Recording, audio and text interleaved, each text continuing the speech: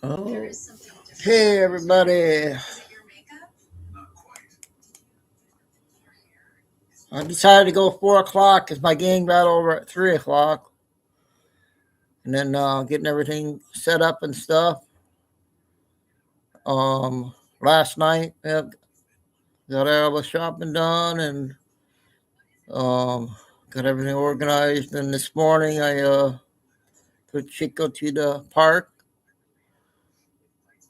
And then last night, my team Arizona won at the buzzer, so they're playing tonight at 6 in the tournament in the championship tonight. And then Michigan won at the buzzer. They'll be playing their tournament tomorrow. A lot of good games I was watching. I guess the baseball was on last night. They beat Canada, so nothing's really on tonight. So we'll have a long show tonight. So I got a lot of good stuff again. Okay, so that's all the talking. Got Alright. Yep, no problem, alright. I was the chosen one 6 years ago. Almost 6 years. I think it's 6 years. And Lucy, where's everybody at? Send everybody the link.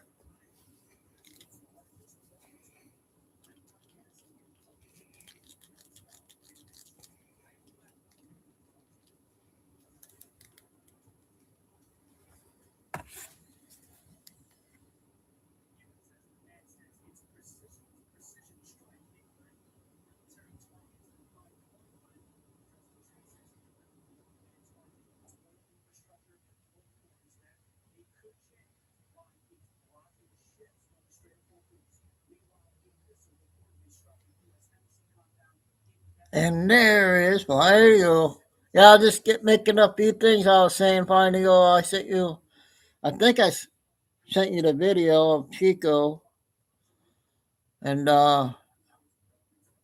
watching my games and getting everything right. Man, it was so windy last night going shopping, getting out of that parking lot. My cart was getting ready to blow off.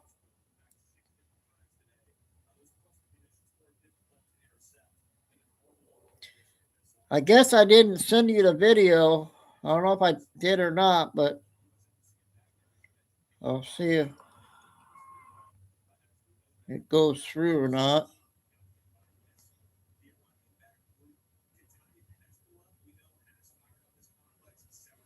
Okay. Yeah, I just sent it. I'll play it on here. All right. Ah. All right.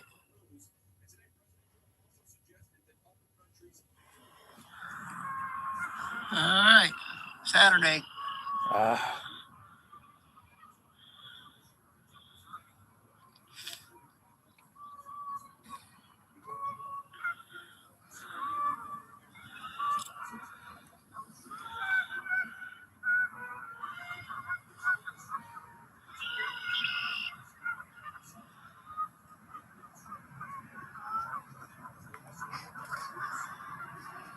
How you doing, Chico?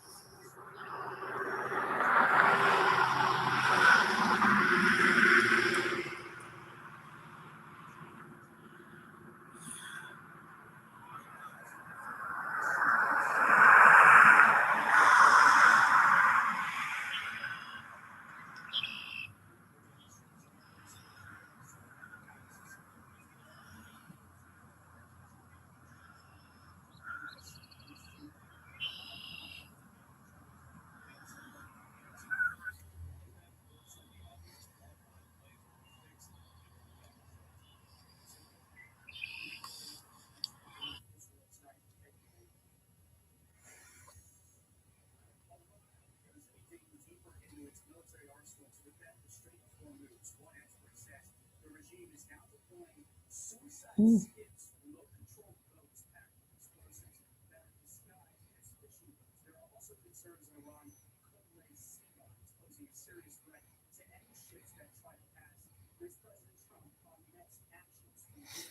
Yeah, I forgot to tell my brother-in-law about that city flying eagle.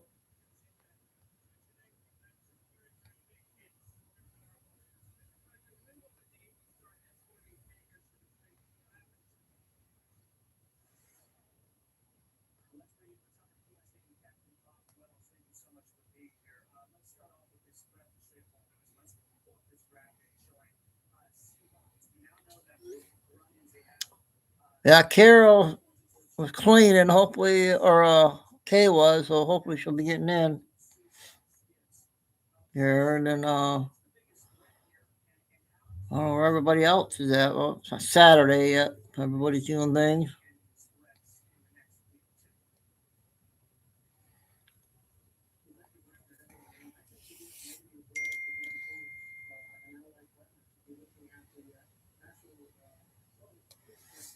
So the first one we'll do, the one lady came out, 4 minute video. We're gonna play that one, and I got a clip that it's funny one.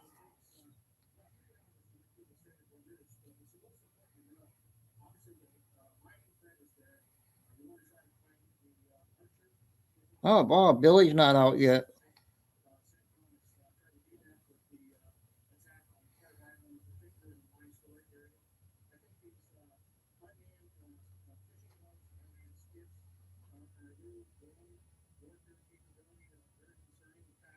CNN.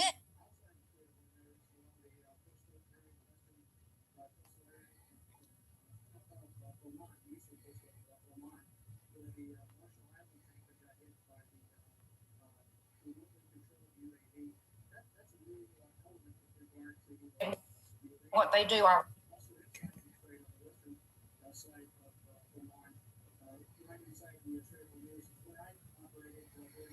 I got a Patriot Princess, 4 minutes also. Okay, I guess we'll have a late crowd coming in, so we'll go ahead and get started.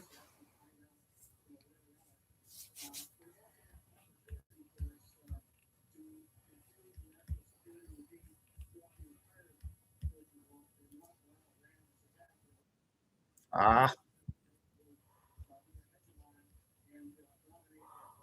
wait a minute, what happened? Ah,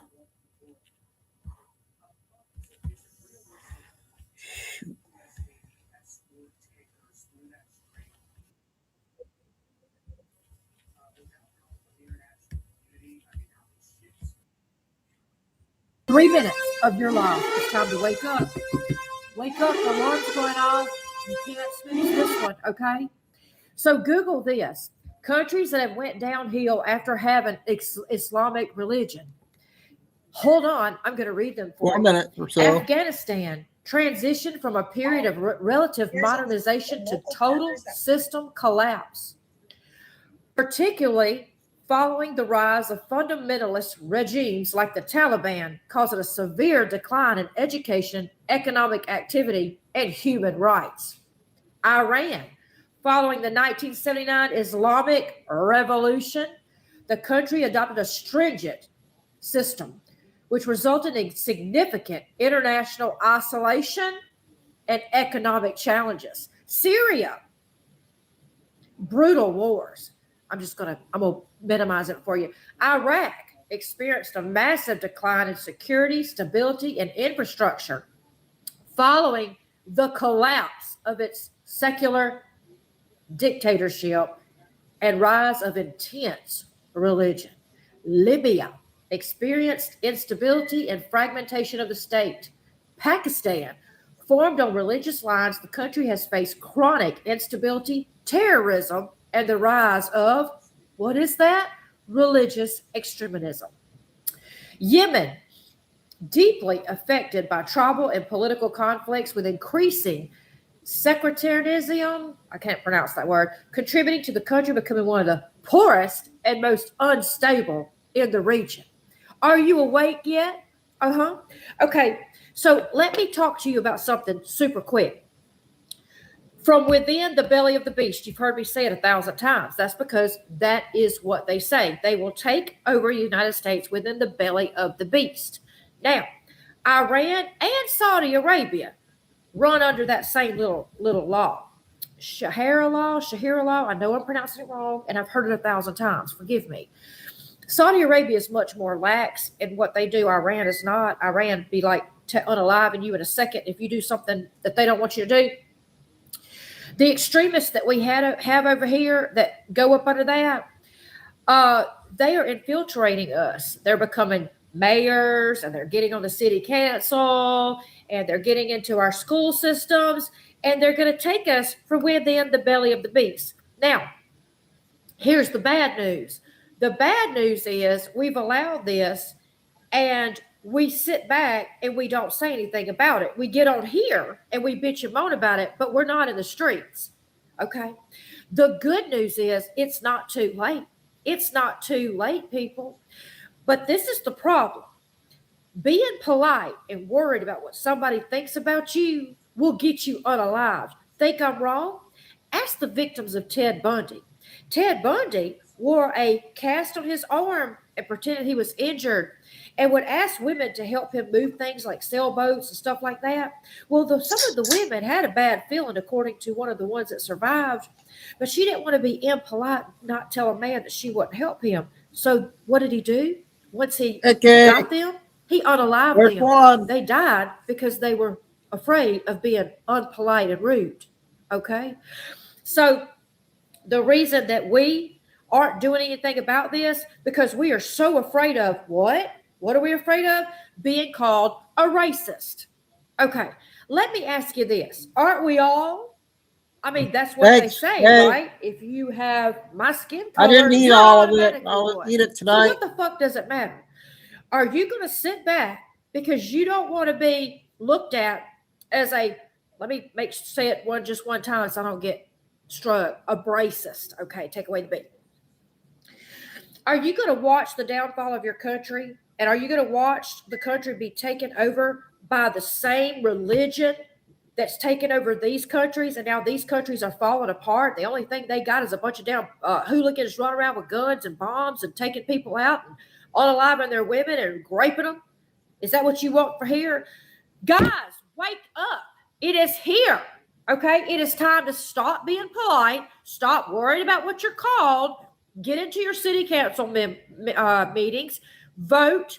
Make sure you don't vote these people in.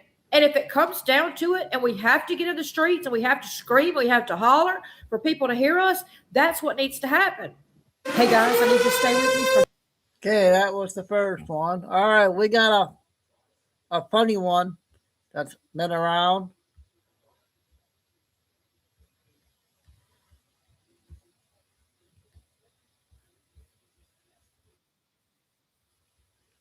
All right, hang on to your bucket here, your trash can.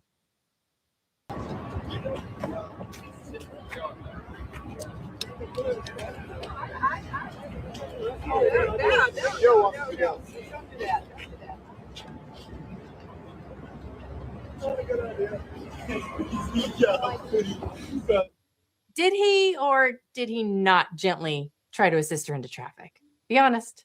Was that a helpful nudge? Or Bill thinking, hey, honey, look, a taxi?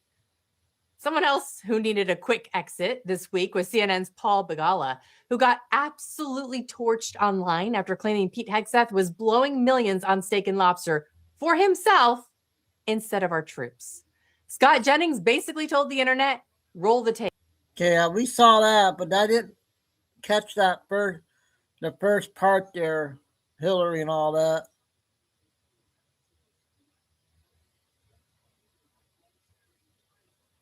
YouTube, entertainment, opinions only. Okay, what do we got here? Let's play.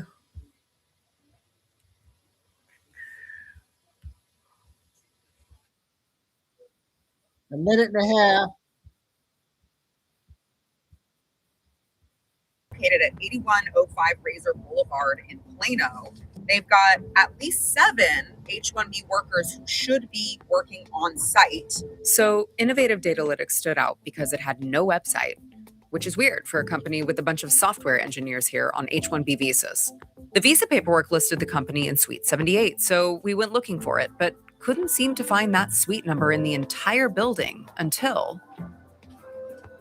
I think we found Suite 78 right here, pretty cramped quarters for 7 workers, wouldn't you say? So seeing as we couldn't get the public access files from the business location, we tracked down the owner and went to go speak with her at her home. Hi, I was looking for Uma Devi. Speaking. Oh, that's you? Yeah. Oh, great. Do you own Innovative Datalytics Group? Yes. Great. I know you have some H-1B workers here with LCAs. Where are the workers located? They're in the office actually, so I'm not sure, but the residential address you're asking about? Where's the office located? The office is in The Razor Boulevard. So it's Suite 78. I don't know the exact address. I can check with you. Well, it's interesting because we already checked, and that suite is actually just a mailbox. So are the workers located in the mailbox? No, not. So where are all the workers? I'm not We sure. played this one, didn't we? But you own the company. You're registered to the state of Texas. I know that. Okay. What you're saying. Just about First over. business owner I've seen that has no idea about their own business. Sorry about that one. That was an old one.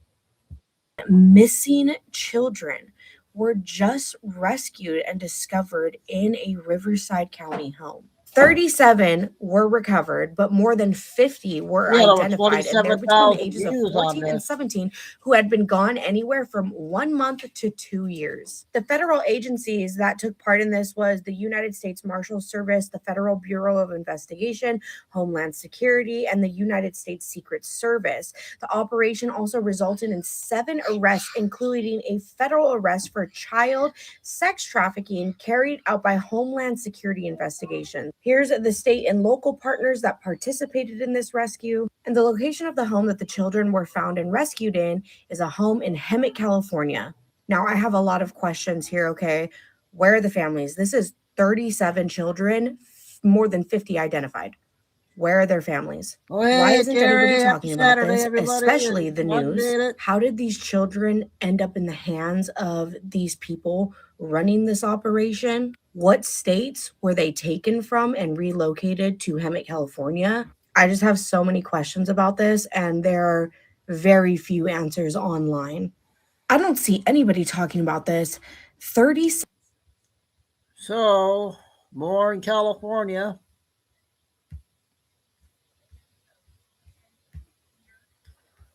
We got Patriot Princess coming up. Oh, wait. Yeah, let's play her.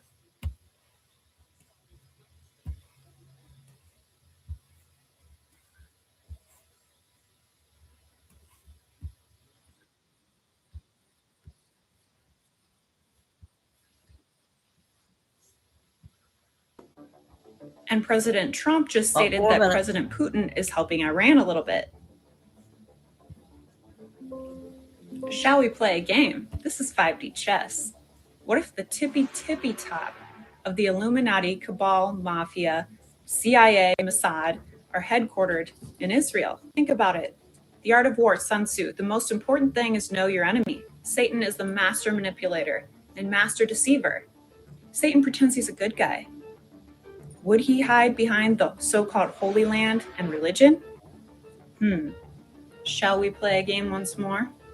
The CIA, Cabal, Mafia, strong-armed many countries like North Korea and especially Iran into being their headquarters and doing all their dirty work. Q told you this in Q Post 140. More wealth buys power in countries and its people.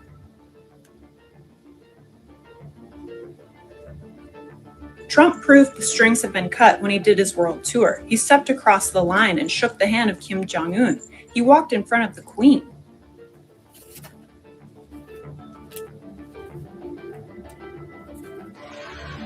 And he brought peace to the Middle East. So now we're doing just that to them. We're using Iran, CIA, Mafia to bomb their tippy top headquarters. Epic 5D chess. And it's the story of Purim coming back around. Haman plotted to kill the king, and he built gallows to do that. But then, in the end, he was found out, and he was hung by the very gallows that he made to kill the king. And now the tippy-top cabal headquarters, CIA, Mossad, Mafia, they're getting bombed by their own missiles and their own operation. It's epic. And what if we have a secret alliance with Putin? What if Putin isn't even bad? Think about the Mafia, cabal, CIA. They use the mainstream media to manipulate the truth and lie to the public. So what if Putin really isn't even bad? I mean, look what he's done. He's the only one in the world that has said no to the One World Bank. He kicked them out. He kicked the cabal out. Look what else Putin did. He protected Snowden, and he rolled on Hillary when she tried to sell uranium-1 to the bad Russians. What if we're about to see the ultimate boomerang? The ultimate Purim Haman story coming back around? What if we're about to see the tippy top of the cabal mafia fall? And what if Putin swoops in to help? Successfully concluded the World Football Cup. Speaking of the football, actually, Mr. President, I'll give this ball to you, and now the ball is in your court. Shall we play a game? What if we see the truth revealed about Putin?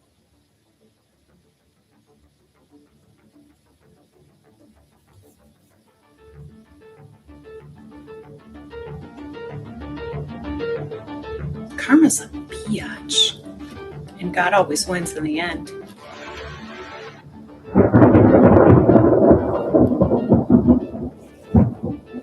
Okay, Patriot Princess. Patriot Princess. Okay, the next one, I believe what you call it, I guess, a scientific video. I'm going to go on this one.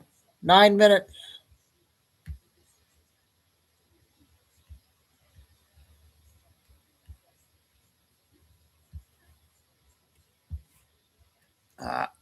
Thought I had it there. Where is it?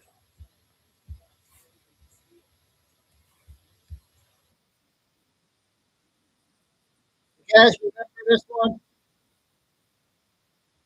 $1 billion every year to Israel, while Americans struggle with healthcare, housing, and student debt.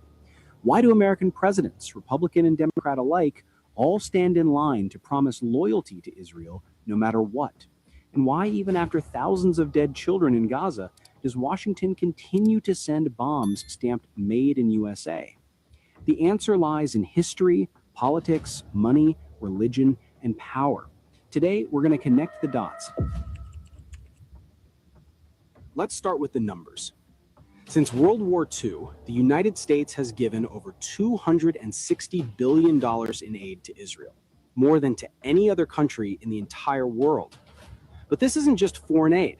It's a pipeline, a guaranteed, unstoppable stream of U.S. taxpayer money that flows straight into Israel's military machine. Every year, the U.S. sends $3.8 billion to Israel. That's about $10 million every single day. And where does it go? To fighter jets, to bombs, to tanks, to missile defense systems like the Iron Dome. All of it funded by American taxpayers. Take 2016, for example. Under President Obama, the U.S. signed the largest military aid deal in American history, a $38 billion package over 10 years, locked in, guaranteed, no matter who sits in the White House. That means while Americans argue about how to pay for healthcare or education, Israel never has to worry about where its next warplane is coming from. Here's the catch. Much of this money never even leaves the U.S. By law, a huge portion of the aid must be spent on American defense companies, giants like Lockheed Martin, Boeing, and Raytheon. So Israel gets the weapons, the corporations get the profits, and ordinary Americans, they get the bill. Take the F-35 stealth fighter jet. Each one costs around $80 million. The U.S. has supplied dozens to Israel, making it one of the few countries in the world with access to this next-generation aircraft. Meanwhile, teachers in Detroit buy school supplies out of their own pockets. Or consider Israel's Iron Dome. This missile defense system has received over $2.6 billion in U.S. funding since 2011. That's money that could have rebuilt crumbling U.S. infrastructure, bridges, roads, and water systems that experts say will cost over $2 trillion to repair. While Israel expands its military arsenal, over 500,000 Americans are homeless, While Israeli cities are shielded by US-funded defense systems, tens of millions of Americans live without health insurance. So ask yourself, why does a nation of 9 million people get unlimited US tax dollars while 330 million Americans are told there's no money for basic needs? Okay. This isn't generosity. It's not charity. It's an investment in war, an investment in the military-industrial complex that profits from endless conflict. And behind every dollar, every deal, every jet and missile is a network of politics, lobbying, and influence that keeps this pipeline flowing. So the question is, why? Is this really about strategy? Or is there something far deeper? Money, power, and control driving America's unconditional support for Israel? This is where names matter. One organization stands at the center, AIPAC, the American Israel Public Affairs Committee. For decades, AIPAC has been called the most powerful foreign policy lobby in Washington. Its annual conferences draw thousands of politicians, business leaders, and donors, with U.S. presidents, both Republican and Democrat, showing up to pledge loyalty on stage. But it's not just speeches, it's money. In the 2022 midterms alone, pro-Israel groups poured over $30 million into campaign donations. AIPAC's Super PAC, the United Democracy Project, spent millions to defeat candidates who criticized Israel. Even Democrats like Donna Edwards in Maryland or Andy Levin in Michigan, both targeted and beaten after questioning unconditional U.S. aid to Israel. The message is clear. Step out of line and you're gone. Former Congressman Paul Findley once said that voting against Israeli interests is political suicide. He knew firsthand. After serving 22 years in Congress, his career ended once he started questioning U.S. policy toward Israel. And AIPAC isn't alone. There's Christians United for Israel, led by televangelist John Hagee, mobilizing millions of Christian Zionists to pressure Congress. There's the Anti-Defamation League, ADL, presenting itself as a civil rights group, but often lobbying to silence critics of Israel. And dozens of PACs, some with vague names like Pro-Israel America PAC, funnel millions into local elections. Together, these groups form what scholars like John Mearsheimer and Stephen Walt have called the Israel Lobby, one of the most powerful forces in Washington, shaping U.S. foreign policy more than any think tank, business lobby, or grassroots movement. And the influence isn't only financial. The lobby has deep reach into the media and academia. Organizations like the Middle East Media Research Institute, or MEMORY, and the Washington Institute for Near East Policy, or WINEP, pump out reports, op-eds, and talking points that frame Israel as America's indispensable ally. This machine works quietly but effectively. Presidents from Clinton to Bush, Obama to Biden, and now Trump have all maintained the same bottom line: billions for Israel, unquestioned support no matter the human cost. But money and lobbying are only half the picture. There's something deeper, a narrative, a story that has been carefully crafted for decades. For decades, Israel has been sold to the American public as the only democracy in the Middle East. From Hollywood movies to school textbooks, Israel is painted as a brave little country surrounded by enemies. Meanwhile, Palestinians are often erased or portrayed as aggressors. Look at US presidents. From Reagan to Bush, Clinton to Obama, Biden to Trump, every one of them repeats the same script. America stands with Israel. Why? Because challenging that narrative would be political suicide. But there's another layer that makes this even stronger: religion. Millions of American evangelicals believe that Israel's survival fulfills biblical prophecy. Groups like Christians United for Israel, led by Pastor John Hagee, openly preach that supporting Israel is God's will. That means millions of votes tied to religion, a powerful bloc no president wants to lose. In 2018, when Trump moved the U.S. Embassy to Jerusalem, it wasn't just for Israel, it was also a gift to evangelicals. So we have money, we have lobbying, we have religion, but what about consequences? What happens when U.S. leaders keep supporting Israel no matter the cost? Here's the contradiction. America claims to defend democracy and human rights, yet it bankrolls a system of apartheid, illegal settlements, and endless bombings. Every missile that hits Gaza, paid for with American tax dollars. Every hospital destroyed, linked back to Washington. And this is why so many are asking, who's ruling who? Is America guiding Israel, or is Israel guiding America? Former U.S. officials like General David Petraeus have even admitted blind support for Israel is fueling anti-American sentiment worldwide. In other words, this isn't just about Palestine. It's about America's future. So, is Israel ruling the American government? The evidence is there. The billions in aid, the lobbying machine, the narrative control, the religious influence, and the political cost of saying no.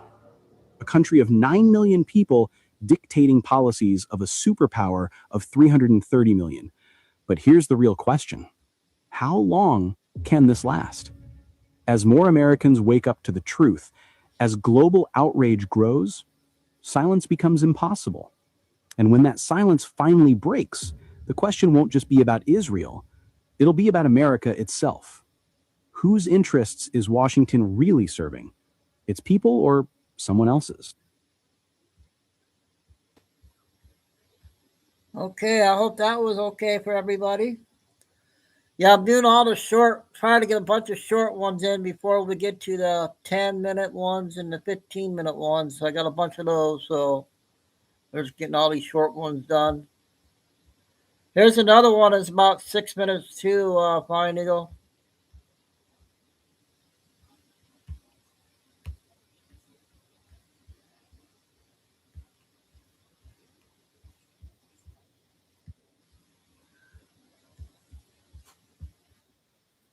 Through it quickly, and I just made a video on the same information, and TikTok removed it and gave me a strike. All this information is absolutely correct. In Massachusetts, the voters voted to give the state auditor the authority to audit the legislature, and it took place in January 2026. So the Massachusetts auditor went in to audit the Massachusetts legislature. They told him no. And so the auditor went to the AG and said, we need to make them comply. The AG said, I'm not helping you. So when all this is happening, the governor's office went out and exempted itself, the legislature, and the judicial from any public record laws.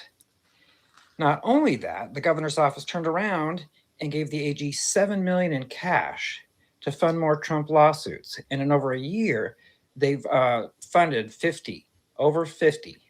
And in California, the healthcare companies have been caught hiring certain people to take blood pressure from the homeless and their health rates.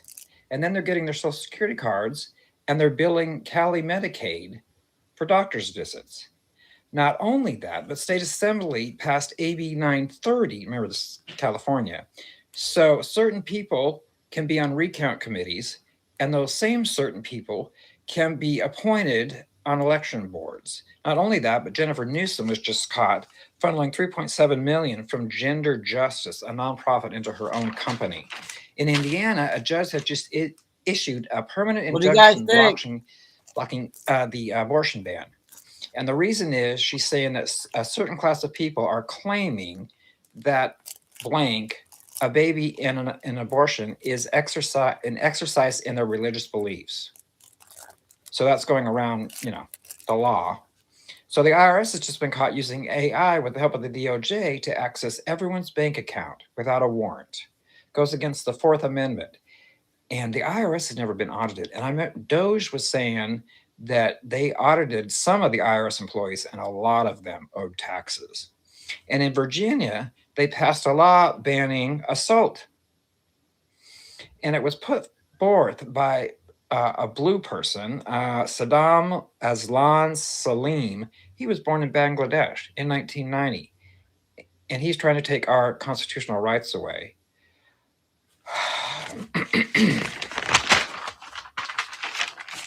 And in Wisconsin, the Blue Party was caught receiving money from China through smurfing. And if you don't know what smurfing is, it's where wealthy people and even foreign people who are not supposed to be allowed to donate, they make small donations of like $200. And then that goes through people who have already made donations.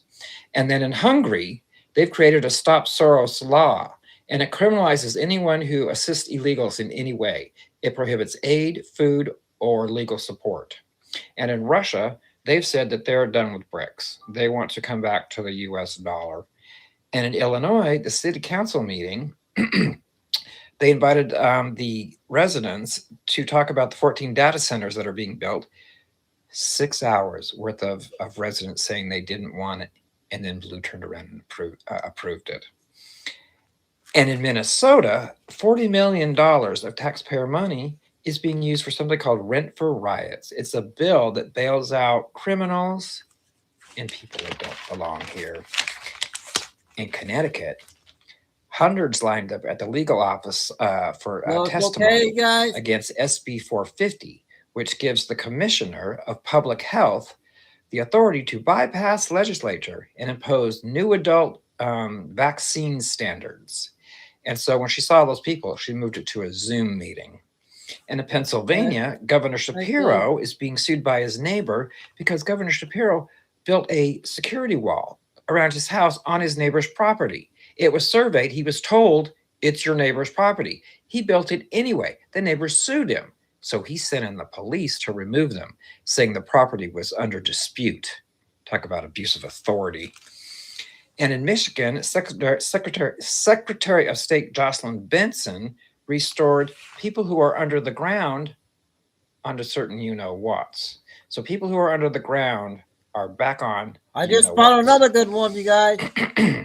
And in China, there are over 1,000 birth tourism companies solely focused on birth in the U.S. So people there get pregnant and they come here, have their kids, they're U.S. citizens, and then they take them back and raise them in China. They figure there's about 1 million of them right now.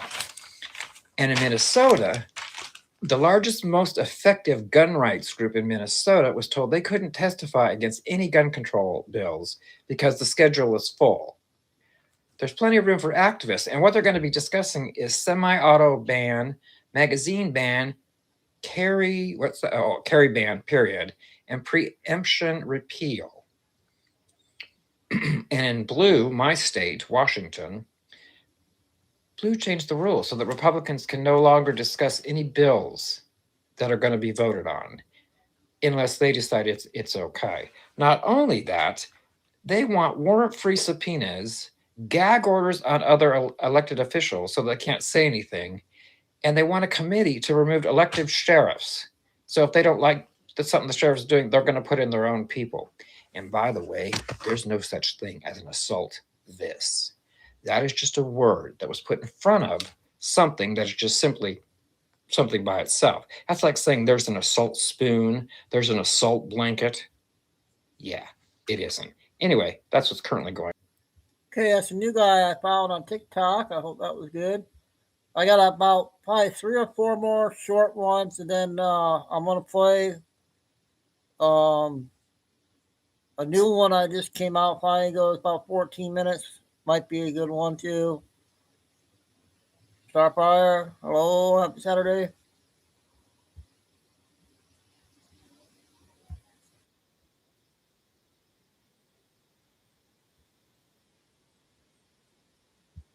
Going to pay on average of $125,000 a year.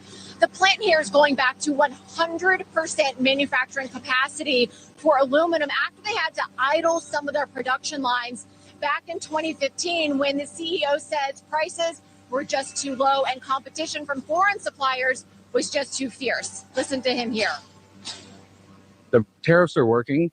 As Peter Navarro said recently, they're sacred to this administration.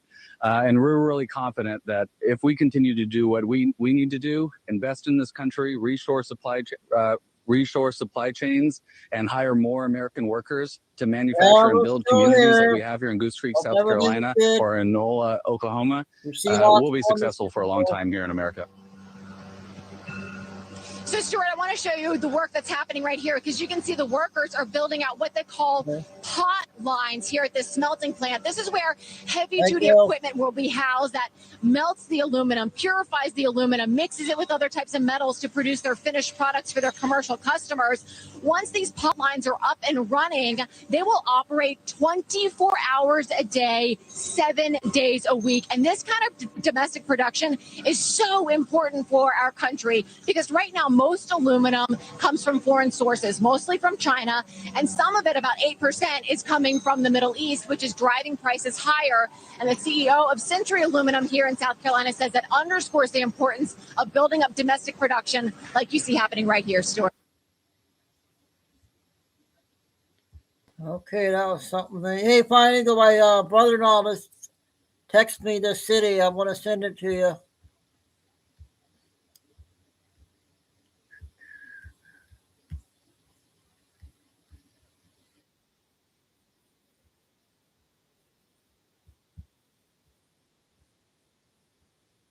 So check this out. The DOJ and the VA have partnered to grant VA attorneys the legal authority to make decisions for veterans when it comes to healthcare. So let's just say I'm driving across state lines and I get in a car accident and I end up in the hospital unconscious, and they have to make a decision on what type of procedures to do for me.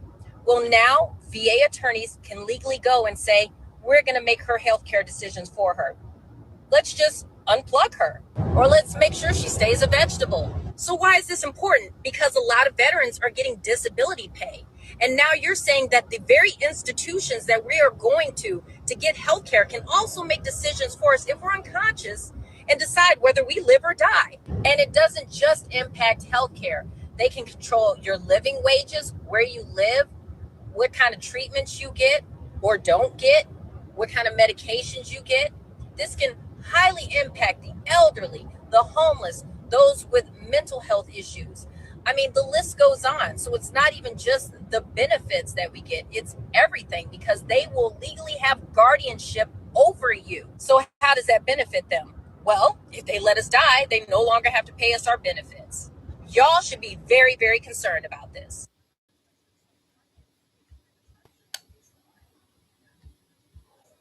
Okay, I hope that was a important one. Yep, Easter's coming around the corner again. Let's see what I got here next.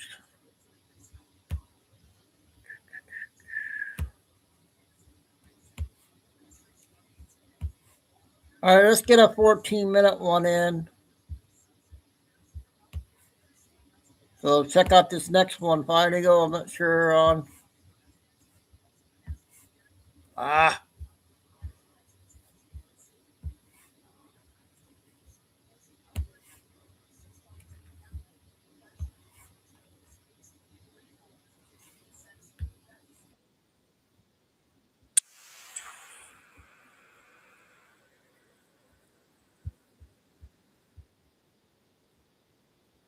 Which is only functional because taxpayers voluntarily pay their taxes. According to the National Taxpayer Advocate, 98% of all tax revenue paid by American taxpayers is paid voluntarily. 98% is voluntarily. We have to maintain the confidence in the system because it's a voluntary system of payment of our taxes. Agreed. Inexcusable activity took place because it erodes the confidence of the American people in a system where they participate voluntarily.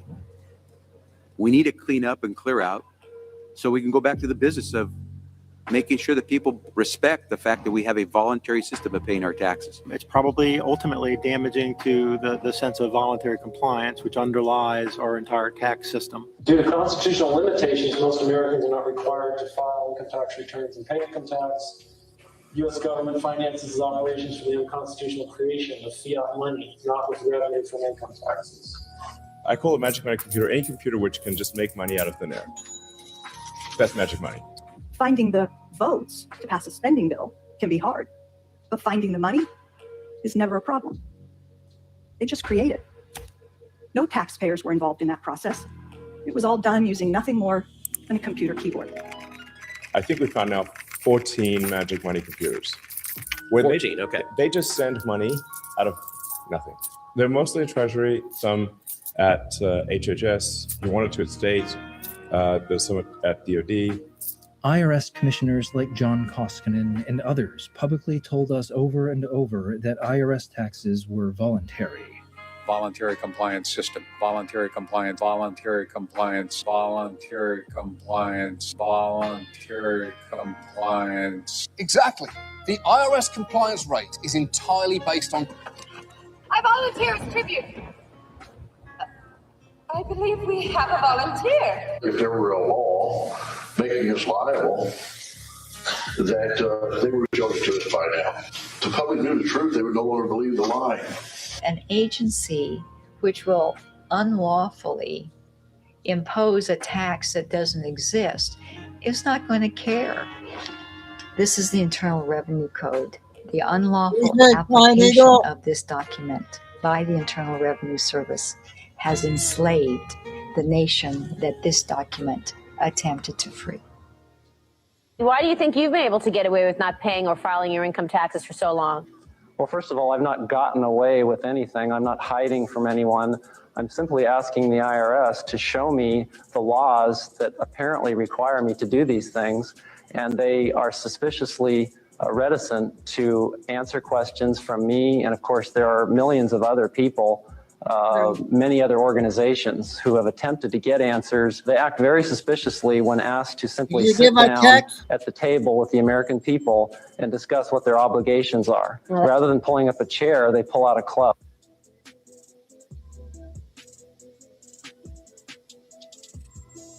These liens that are recorded against people by the government for tax liens are nothing more than allegations. They are non-substantive. They have never been determined by a neutral third party, such as a court, to have one shred of validity. If you ever get a notice of an audit or anything else, the first thing you should do is a Freedom of Information Act request for records that they're using to substantiate or justify the audit. There is nothing in the Internal Revenue Code that creates any such thing as an income tax evasion or crime. There's nothing in the code that allows IRS agents to seize property. The government is involved in judicial blackmail. The government knows that if it legally seizes somebody's property, that person doesn't have the funds and he can't even get a lawyer who can help him. I conducted investigations in the Title 18, the criminal code, the U.S. criminal code. And in there, the statutes and the regulations are very specific as to what's violating the statute. In the Internal Revenue Code, Title 26, there's nothing specific in there. I mean, even the FBI is feared the IRS. So. You have to understand that an agency which will unlawfully impose a tax that doesn't exist is not going to care. If we, the people, don't know what our rights are, they're not going to tell us. If Americans just learned that the IRS was actually knowingly deceiving them, that would be enough for them to rise up and put a stop to it. This small booklet includes the Constitution of the United States, the Bill of Rights, the Declaration of Independence. This is a document that every citizen should read. It's a document which freed an entire nation. This is the Internal Revenue Code. And this document, and the unlawful application of this document by the Internal Revenue Service has enslaved the nation that this document attempted to free. Open your eyes. The Supreme Court defined income as profit or gain from capital and labor combined. This does not include our private work, the wages of a man or a woman living free in the 50 states of the United States of America. If you thought that your labor was taxable, then you were told a lie. And the Fed and all central banks. The second source of funding for the ruling elites, besides the money extorted from the public in the form of taxes, comes from the central banks. Central banks are allowed to create paper money out of thin air. This reduces the purchasing power of money and destroys the savings of average people. It does not and cannot make society as a whole richer, but it redistributes income and wealth within society. The earliest receiver of the newly created money, that is usually the ruling elites, are thereby made richer, and the later and latest receiver, that is the average citizen, are made poorer. The central bank's manipulation of interest rates is a cause of boom-bust cycles. The central bank permits the accumulation of ever greater public debt.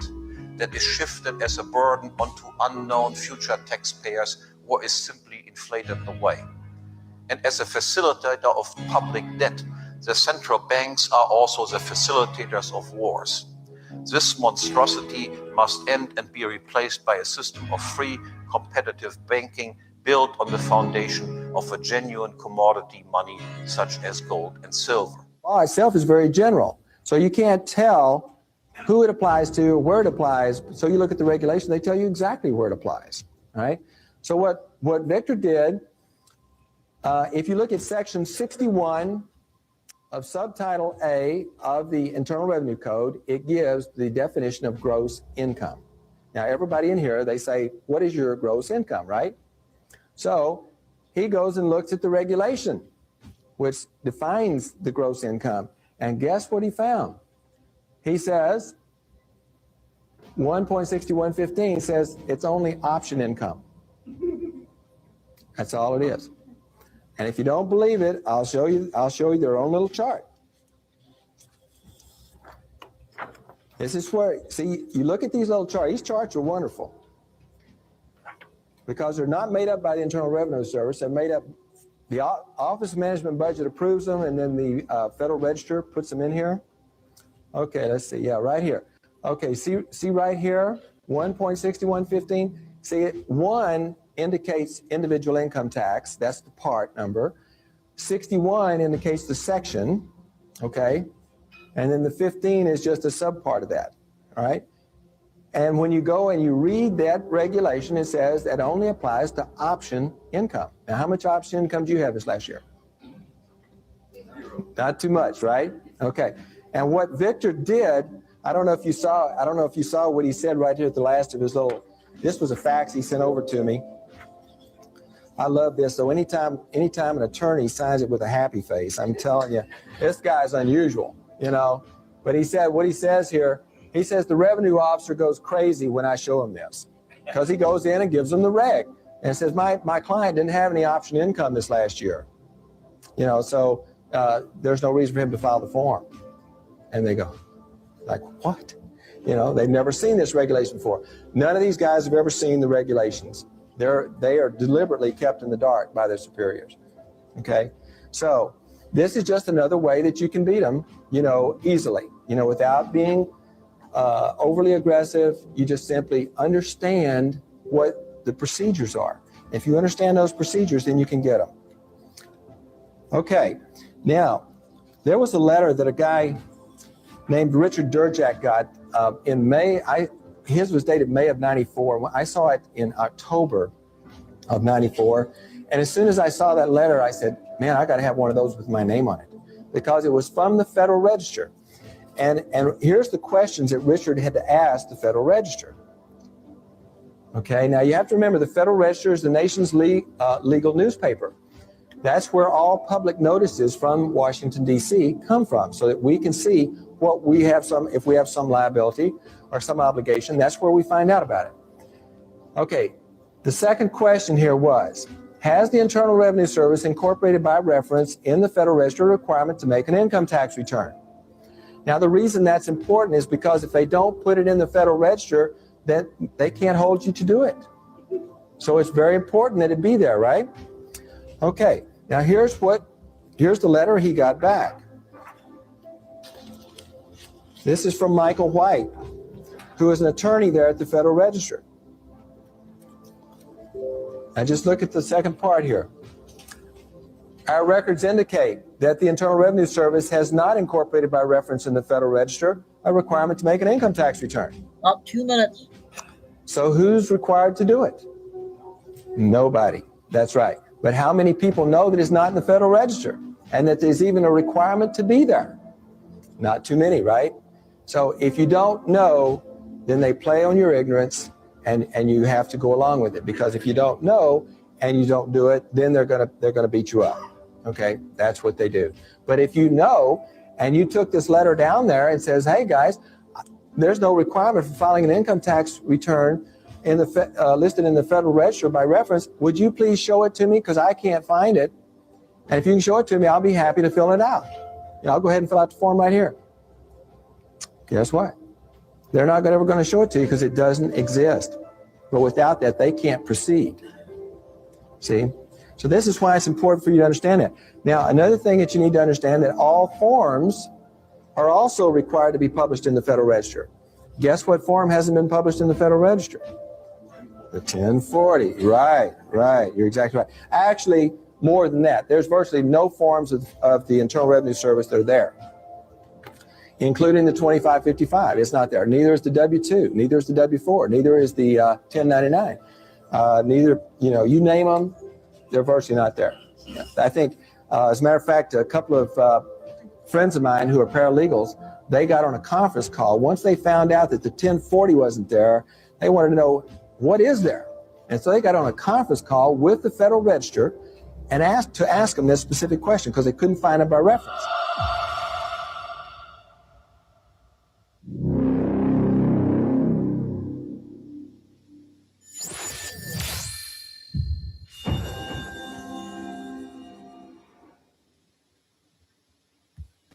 Okay, I've never seen one of those before. Thought that was interesting. 5 minutes on the next one, you guys. Oh, wait. Let's do this one here.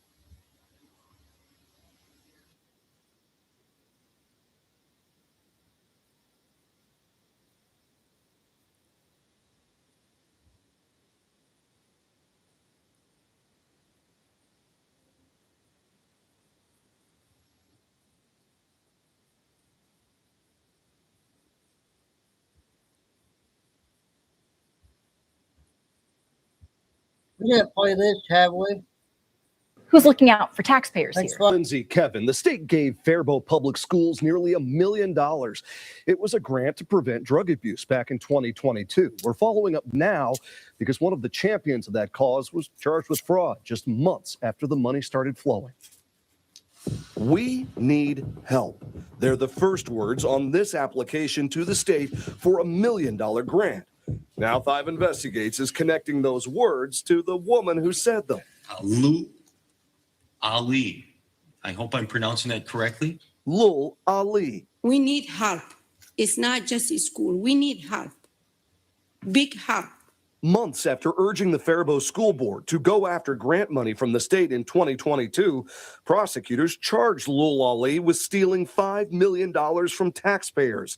She's now one of more than 50 people who pleaded guilty to fraud connected to Feeding Our Future. We've had several meetings with this lady and a group of people over the last 3 months about it. These recordings reveal Ali played a key role in the school district pursuing the grant from the Minnesota Department of Human Services to fight drug abuse within Faribault's minority population. At the same time, she was actively stealing millions of dollars from taxpayers. What did you think when you learned that? And I will say that was quite a shock to us. That was not something that was known to us during that time period. And that is something that the district took as a giant blow. And we did then really start vetting who was it that we were working with. That's not the only question we had for Faribault Superintendent Jamie Benty. When the money's coming to the Faribault School District, where does the buck stop when it comes to accountability? Well, I mean, that's an easy answer. It's me. Mr. Chair, the motion passes 5-1. Thank you. Former school board member Richard Olson was the lone no vote on accepting the grant from DHS. Was something funny with that. It's something strange. Later, he said getting information about how the district was spending the money was difficult. It's just not given to the board. It should be for the whole board and not to a selected group. And you've asked for updates before? Oh, yeah. And do I get them? No. Does the district have a transparency problem? I don't believe we have a transparency problem. By the time I showed up to speak with the superintendent at a public meeting, we had already spent 6 weeks asking the district how it spent all of that grant money. Now, after an open records request, they sent us this stack of documents.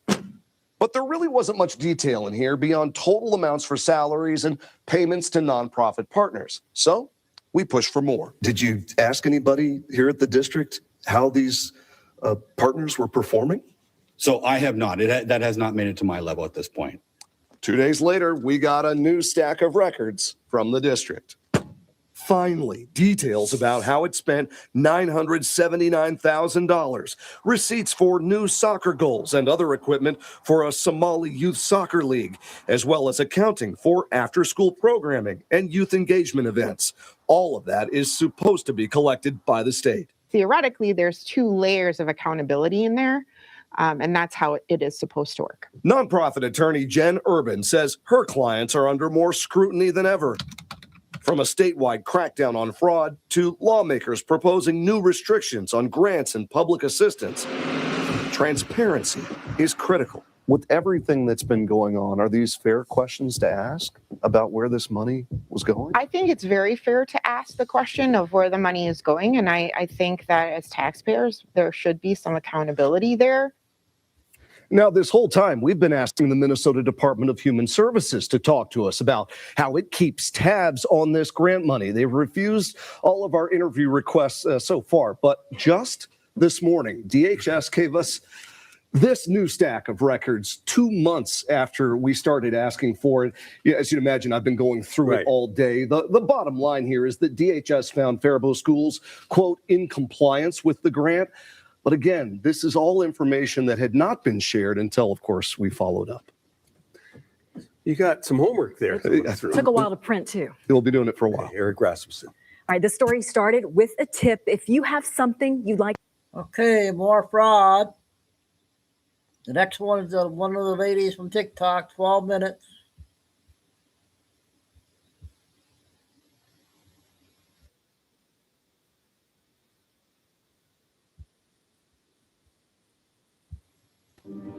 I want to tell you a story. I used to believe that Jesus was. Last night, President Trump announced that U.S. forces had bombed Karg Island, the heart of Iran's oil industry. He said the U.S. destroyed military targets, not infrastructure needed to keep the oil industry running. Here's his post. Moments ago, at my direction, the United States Central Command executed one of the most powerful bombing raids in the history of the Middle East and totally obliterated every military target in Iran's crown jewel, Karg Island. For reasons of decency, I have chosen not to wipe out the oil infrastructure on the island. Notice what he didn't bomb. That's not instinct, that's a plan. This morning's press and social media are full of anonymous sources saying what we've heard all week long. Trump has no plan. He's acting on instinct only. Now there will be boots on the ground and out of control oil prices. The Wall Street Journal leads with Trump knew the risk of blocking the Strait of Hormuz. He went to war anyway. Their article warns of stagflation, a quagmire, catastrophic economic consequences, as if Trump didn't already know them. They're all wrong. Trump didn't start preparing for this war 2 weeks ago. His ultimate goal, and nobody in the press will discuss it, is the complete demolition of a 50-year financial empire built on oil, terrorism, and manufacturing crisis. The people screaming loudest that America is losing, they're the ones profiting from the old petrodollar economy that Donald Trump is methodically replacing. I'm Barbara Boyd, and I've tracked the imperial great game for decades, the way financial empires use oil, terrorism, and manufacturing crisis to keep sovereign nations on their knees. I know this playbook. 3 things today. First, the proof that the president and his team have this under control, as much control as you can ever have in a war. Second, how the oil economy extracted $10 trillion through what Trump advisor Peter Navarro calls the Iran terror premium. And third, the nuclear century that Trump and the Gulf states are already building together. But before we dig in, please like and share this video. It increases our reach on YouTube. Let's start with the no plan charge. Read Trump's post carefully. He bombed the military targets, not the oil infrastructure.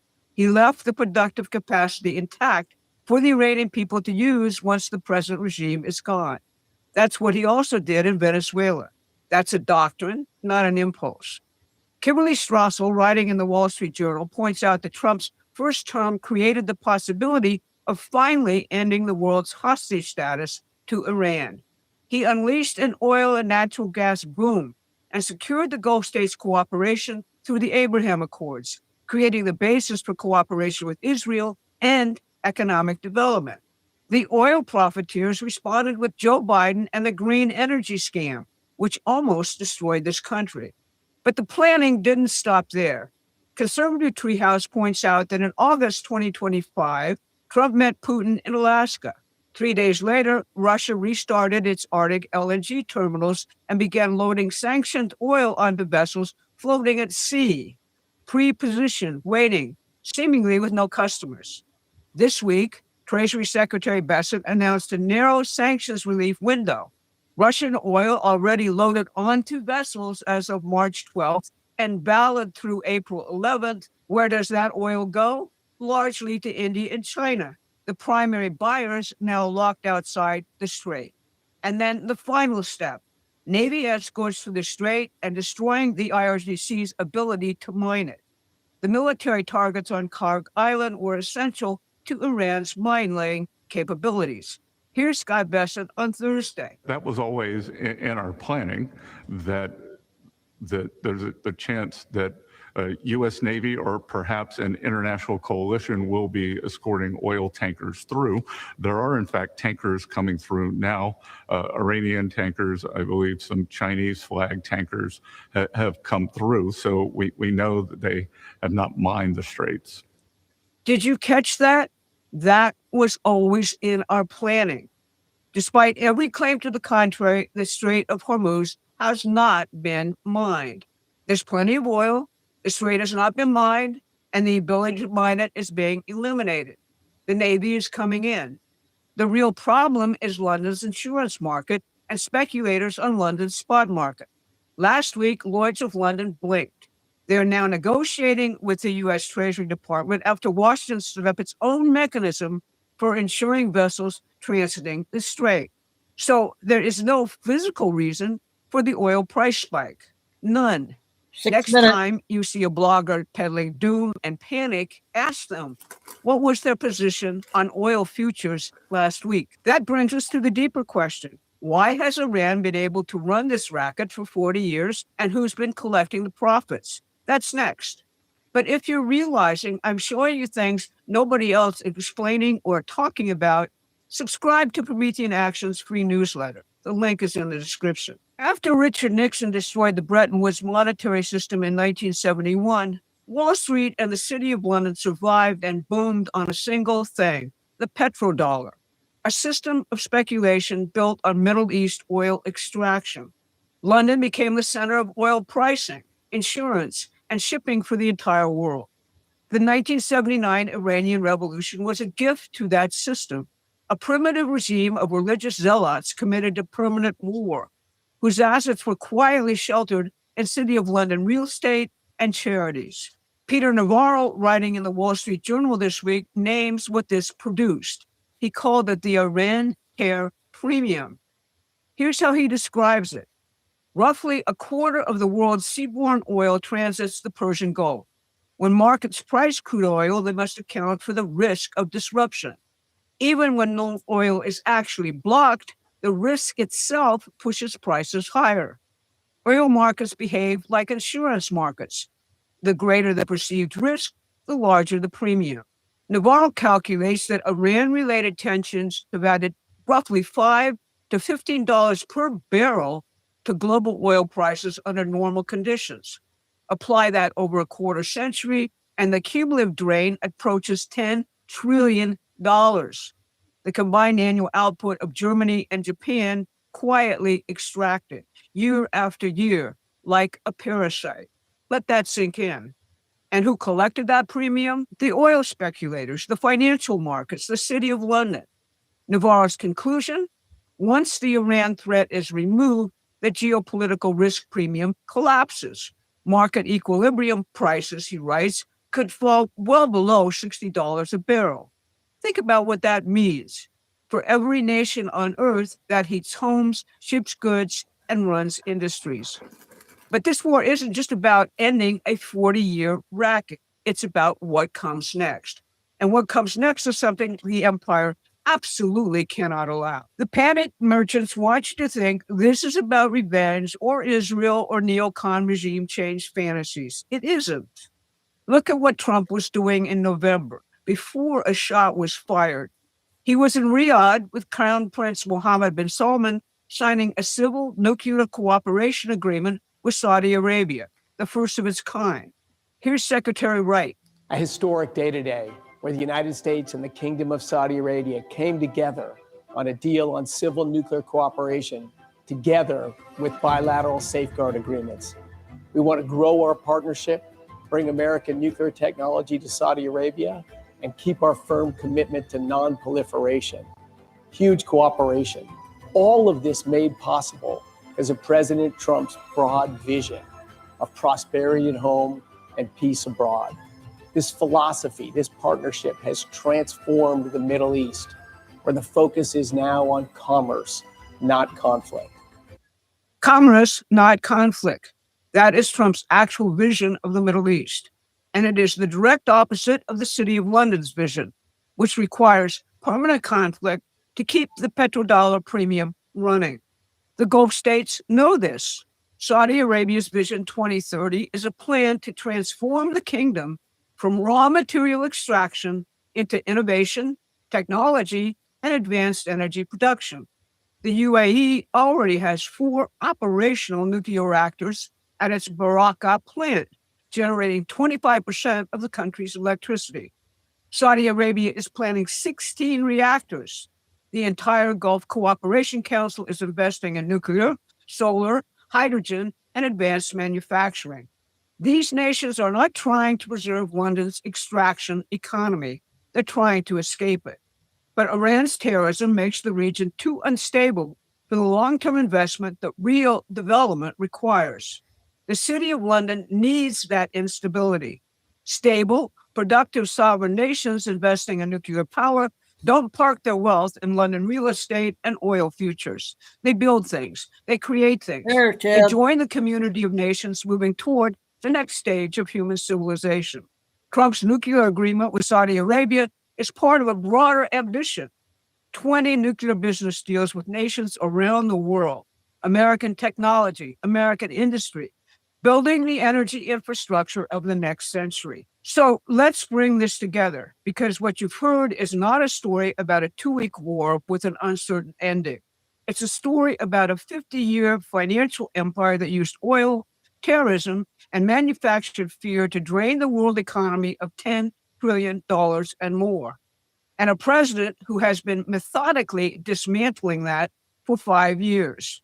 The energy independence was built. The Russian oil was prepositioned. The Saudi nuclear agreement was signed. The Abraham Accords laid the foundation. And when the moment came, the military executed against both Iran and its London bankers. Here's what President Trump told the Washington Post in the early morning hours after the war began.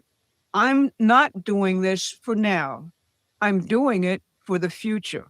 Not for now, for the future. This is what this fight is about, and that is why the empire is screaming. If you want to stay ahead of this fight, and you need to, because we're entering a very hot phase of the war for our republic, join us at Promethean Action as a supporting member or contributor. The link is in the description. This has been your Saturday Wrap. Okay, that 2 ladies there on TikTok that are good. We got 2 of the lady from YouTube from yesterday finally got okay about. She said they're both good.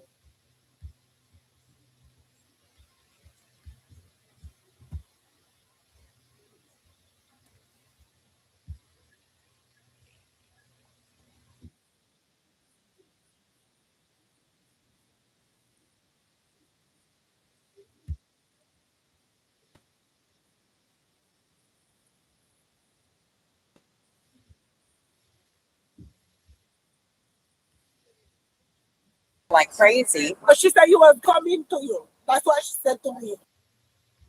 So today's body cam video is actually courtesy of one of my subscribers. Mystic Dawn 9513 says, Lindy, please do the video with that lady that pepper sprayed the lady that ran over the chicken in Key West. Pepper sprayed a chicken, huh? It's hilarious. I don't well, know. not for the chicken.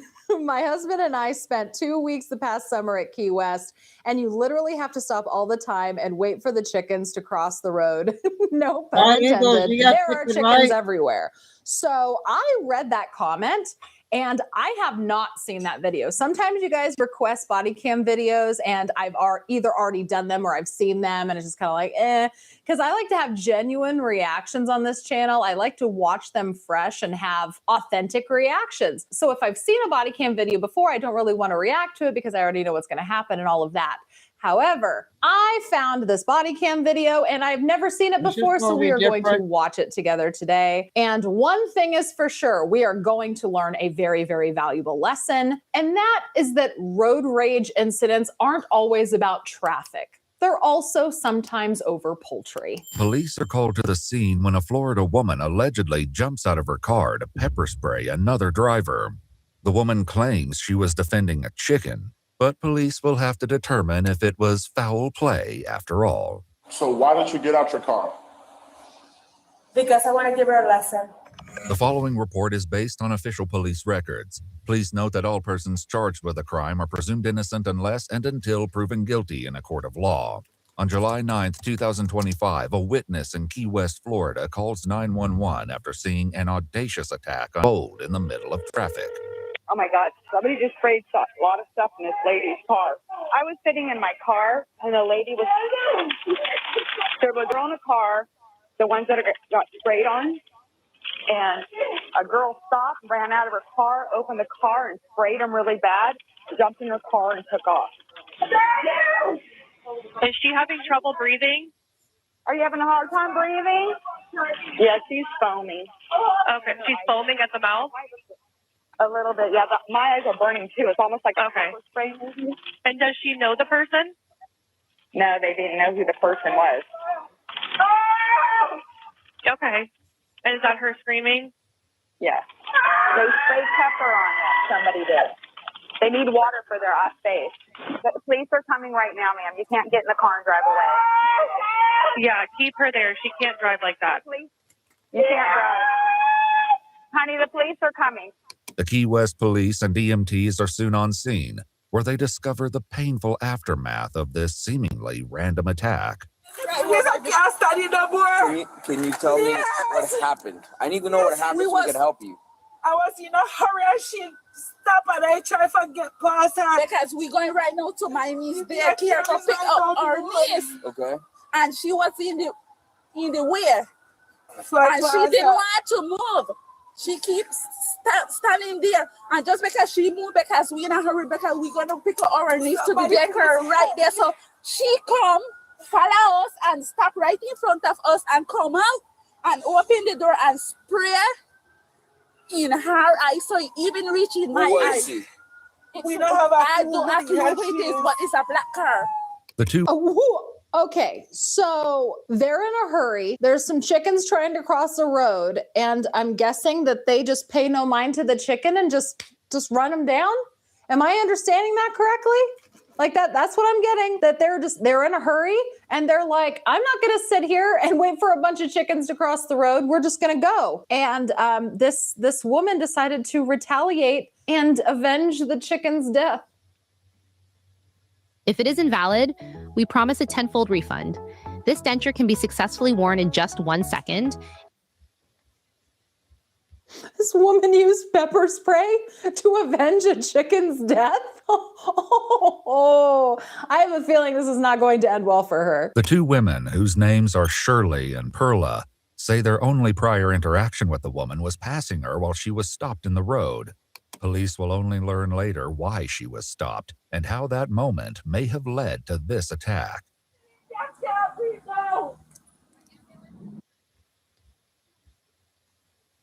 Aren't you supposed to have respect to the animals on the road when they come? It's like they have to cross the street or whatever. I don't know why everyone's got to be in a hurry. The ambulance is here, okay? All right. Yes. I think she got pepper spray. I think that's what's going on. You're not coming for the charge? All right, listen. Look, don't touch your face, all right? Don't touch your face.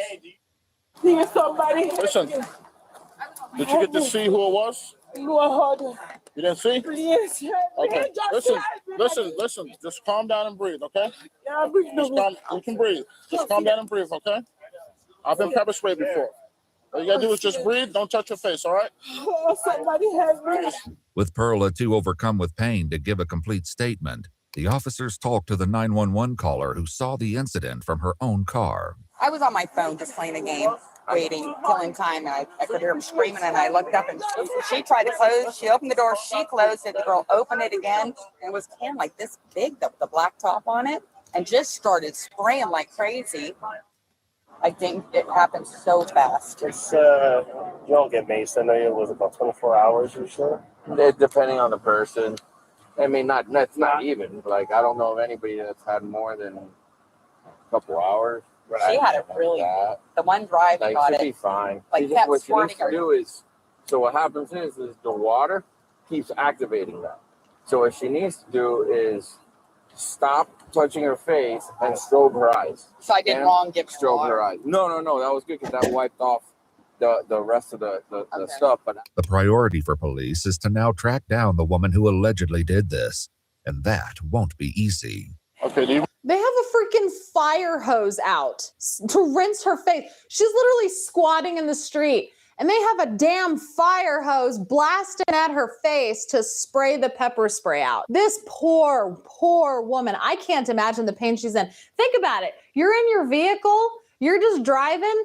Oops, you hit a chicken, and then some crazy bitch runs up to your car and starts spraying you with pepper spray. And she said it was a big can. It was a big can, and she just started hosing her down in the face. Oh my God. This is, oh my, wow. Remember what color she was? White, black hair, shirt, and the kid darkish color like. Okay. It's not white. But the car went straight. Yeah. I think she was wrong. Black female. Possibly. Oh. But there are many unknowns here at the scene, including what may have motivated this mystery woman. Oh my God. No, me skin them burn. Let me get a better story. She stopped before I reached the blue heaven. Minutes. And I hung like I need to get by. And then she give a full stop. So I gone around her. And when I gone around her, she just keep following me. And when she reached up here by the corner, she started hollering, you. So I stopped. And when I stopped, she just out her car and come and open my car door and start spraying. But I tried to stop her, but I had on my seatbelt. Right. The account gives police very little to go on, especially if they want to find this alleged perpetrator. It look like none of these houses got like ring cameras or anything. But it won't take a manhunt to find the suspect. She voluntarily drives herself to the Key West Police Department, ready to tell her side of the story. How you doing? What? This woman goes to the police department? What? Okay. Maybe she knew that she could potentially be in trouble and she wanted to get ahead of it. Maybe she thought that she was in the right and she wanted to report this woman for wrongdoing. What logical person would go to the police department and tell this story? I mean, first, actually, you know what? Never mind. What logical person would pepper spray another human being sitting inside their vehicle? This woman is obviously off her rocker. Good. She's friendly. How you doing? I'm Officer Osborne. Hi, Officer Osborne. I'm Cynthia. All right. What brings you here today? So I had a problem with a lady on Bahama Village just right now, like an hour ago. I was driving to my dog to the dog park, and there was like a little chicken passing the street. And I was waiting on the chicken to pass. It almost passed. It was looking hurting already. And a lady who was behind me She, instead of waiting like everybody else, she just decided to pass next to me and ran to the chicken while she was watching me. The woman, Cynthia Diaz Sosa, says she felt compelled to avenge the chicken. I do work as a animal rights defender, so I got really angry and I decided to chase her, which I did. She stopped the car. I opened the door and I sprayed her face when she attacked me. So she came to attack me. Obviously, she was feel threatened. I call bullshit. I felt threatened, she says. She came to attack me, so I pepper sprayed her. I don't believe that for one damn minute. I don't believe that for one damn minute. That woman did not go to attack her. What reason would Perla have had to come and attack her? None. And according to the woman who called 911, she was sitting in her vehicle when this bitch pepper sprayed her. What a liar, liar, liar, pants on fire.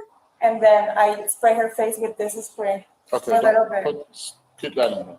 I feel so sorry. I didn't want to do that. Okay, so why did you get out your car? Because I want to give her a lesson. Lather, rinse, repeat. It never feels like enough. It's not your products, it's your water. That much, at least, seems to match Perla's account. She said you have got this coming to you. That's what she said to me. Cynthia's claim about what started this incident is so surreal that the officer wants to make sure he has the story straight. So you were waiting for the chicken across the road, and then the car behind you, she went around you and possibly hit the chicken. It did chicken. Okay. Kill it in my face. I have a video of the chicken dead and everything. Okay, let me see the video. Oh. That was way after that. Look, she killed this chicken. Okay. But even with the aid of video evidence, Cynthia struggles to get the officer to see it her way. So she got out of her car first, or you opened her car door? I did. Okay, and why'd you leave? Because I didn't want her to get mad, and I came here. I didn't want to leave. I wanted to come and talk to. Anyways, there's no police officers around there. I don't know. I was there, and we were there within 3 minutes. Oh, you There were was 2 there? officers there, and the fire department was there. Oh, so sorry. Cynthia's apparent calm is a contrast to the other women involved. But she can clearly read the writing on the wall. So am I going to get arrested for Yes. this? How many days do you think I'm going to get I don't know. arrested? You will see a judge in the morning. Mm-hmm. So Okay. today? Why is she so calm? Why is she so calm? So I'm going to get arrested, right? I'm going to get arrested for this. How many days? How many days am I going to be in jail? Is she serious? Going to be in jail or tomorrow? Today. Today. So now. Yes. Mm-hmm. So So, we need can I pay a finance about it? You take it up with the judge. I wish I could see the video of it. Do you have There's no video. I wish you would have stayed on scene. So just make a phone call from me so Sir, someone why can are pick you up the dog. talking to me like that? I was trying to defend an animal.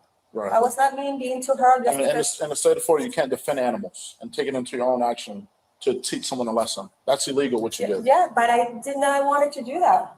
38-year-old Cynthia Diaz Sosa was charged with 2 first-degree felony counts of burglary with assault or battery.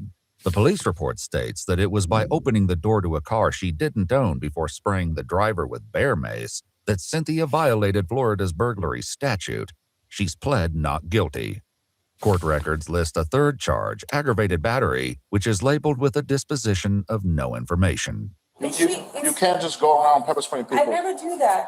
The arrest report makes no mention of the condition of the chicken. Unfortunately, the most important question here has not been answered. Were there any chickens harmed in this entire incident? Cannot be confirmed or denied. But let's just hope that the chicken did cross the road.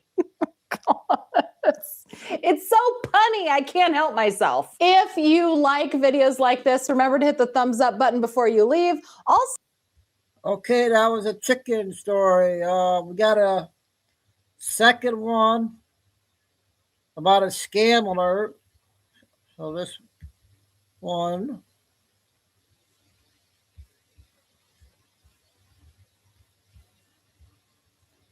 Okay, I'm going to see about this one real quick.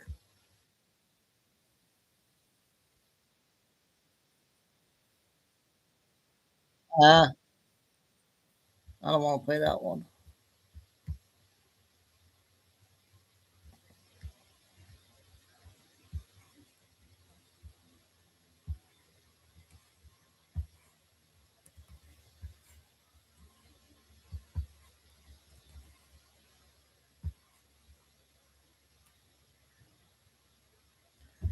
Okay, the next one after that, I'll have a couple Trish videos. Oh.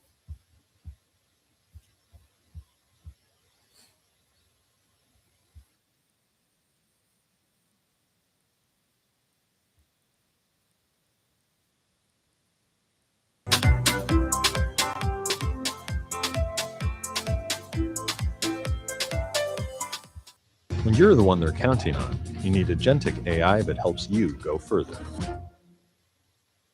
You were scheduled for your 2-day calendar call, sir, and we missed you. So You're I'm just okay, touching Larry. base with you to see why it is that you were absent.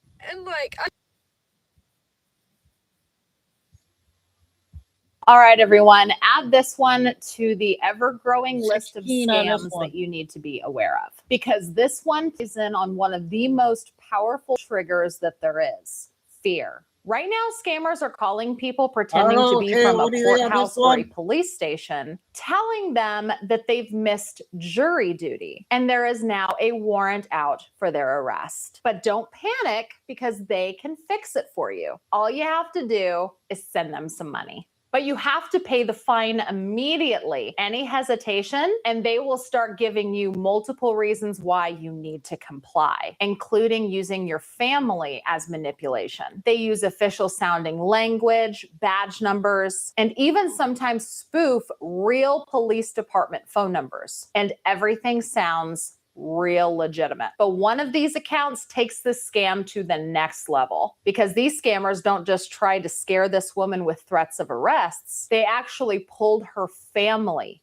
into the situation, and that made the whole thing feel even more real. And honestly, the way they did it was creepy. So today we're going to break down how exactly this jury duty scam works, why it's so convincing, and the red flags that can help you recognize these scammers so that you don't get scared into sending them money.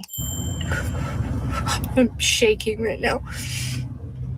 I'm gonna try and get through this video because I feel like,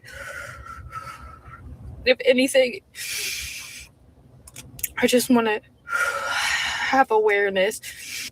About 45 minutes ago, I got a call from my county sheriff's office. The tag on my phone and everything said that.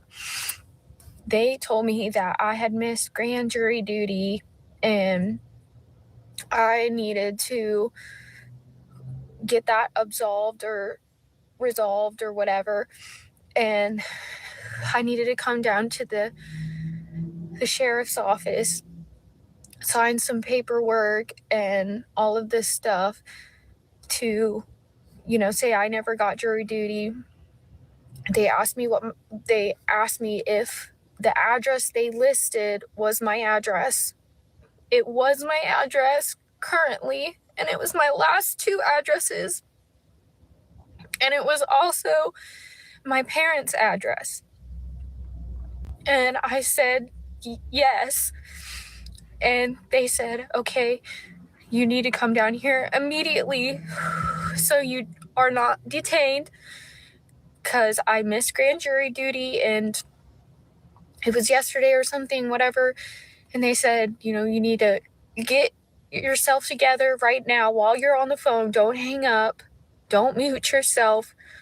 Like, get in your car immediately. Tell me what your speedometer number is.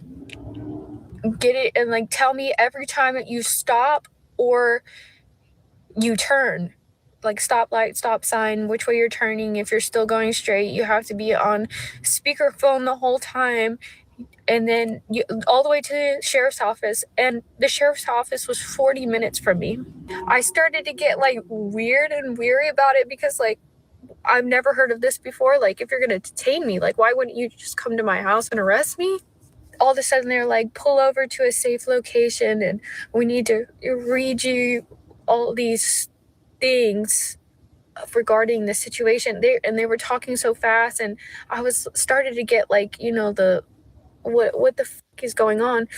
They were like saying all this stuff, and I was like not processing, and also like literally about to like pass out from the anxiety and of what was going on. And I was like, can you just send an officer out here or something to like verify that, you know, this is legit? Like, I don't understand what's going on. Yeah, and so everything that she's saying right now, like you can tell she's so incredibly upset. Now, I am cutting out bits and pieces of this because it is quite a long video, and there's a lot of her just like breathing and trying to hold composure because she's visibly shaken. She is extremely upset, and we're going to hear the most upsetting parts to this. That is all coming up. But what she has said so far was that they called her. They told her she missed grand jury duty. She needed to get to the sheriff's office, the police department immediately. They were telling her things like, give us your speedometer. Tell us every time you turn. Tell us when you're going straight. They were being so official and formal, seemingly with her, that she thought that she was in serious trouble. And these, you know, probably didn't sound like the traditional scammers that we would think of. They probably sounded a lot like somebody from a police department. And we will listen to some example calls here momentarily. But there was always something pretty fishy about this to her. You know, she's obviously saying that she wants some sort of validation that this is legitimate and all of that. And I'm not going to go any further without letting you guys know, nobody from the police department is going to call you if 1, you miss jury duty, and 2, you have a warrant out for your arrest. They'll just come get your ass. They're not going to call you and tell you to come to them. Just know that. So if anybody calls you claiming to be from the police department saying that you have a warrant, you already know it's a scam because that's just something no police department does. I feel unsafe right now. I can't drive like this either. Like, I'm like, you're saying you're going to arrest and detain me. Like, I was just so thrown off. And then they started like naming off my kids and like their ages and like stuff like that, like personal details about my family, like my parents. Very sad. They knew where like they lived and where I live and where I've been like living, my specific addresses, how old my kids were, stuff like that. And saying like, you know, like if I don't wire money, I was gonna be arrested or they were gonna send people out to like see, you know, for my family. I can't even remember like the right wording because I was like at this point just like I don't even know.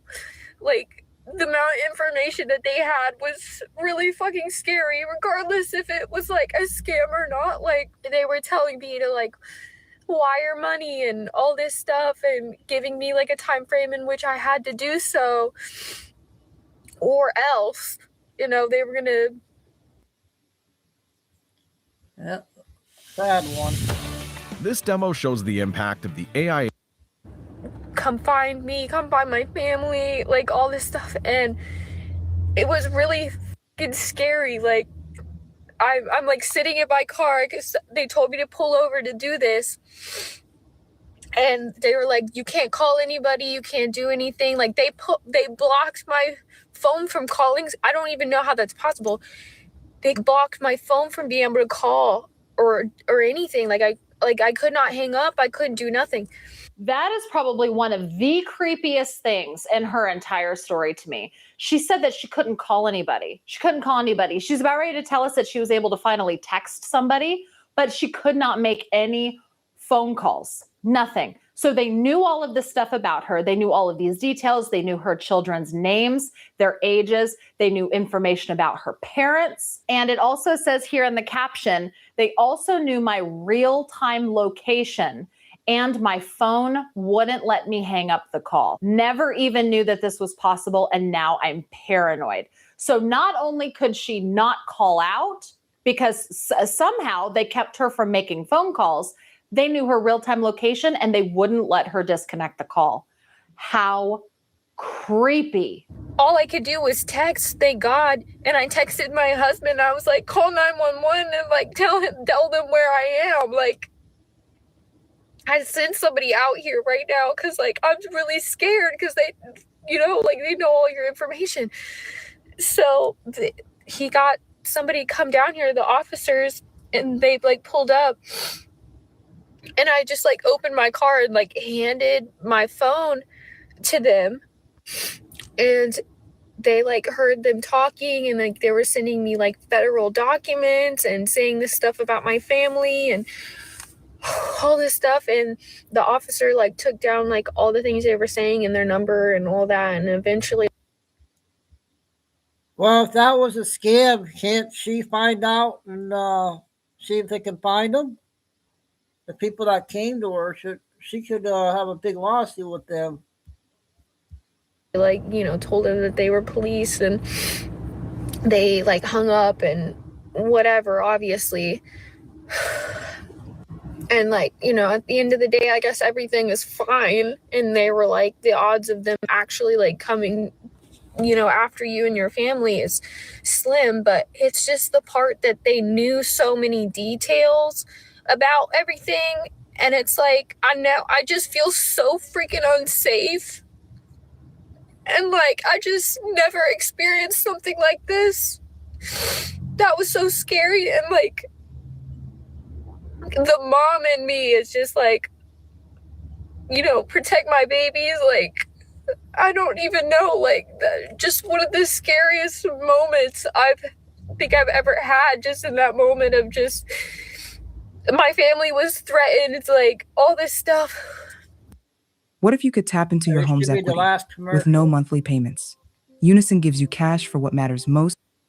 You know, if this ever happens to someone else, 6 minutes. It's a scam, obviously, but I mean, it was really good that she was able to text her husband while still on the phone with them. That is wild to me. She texted her husband.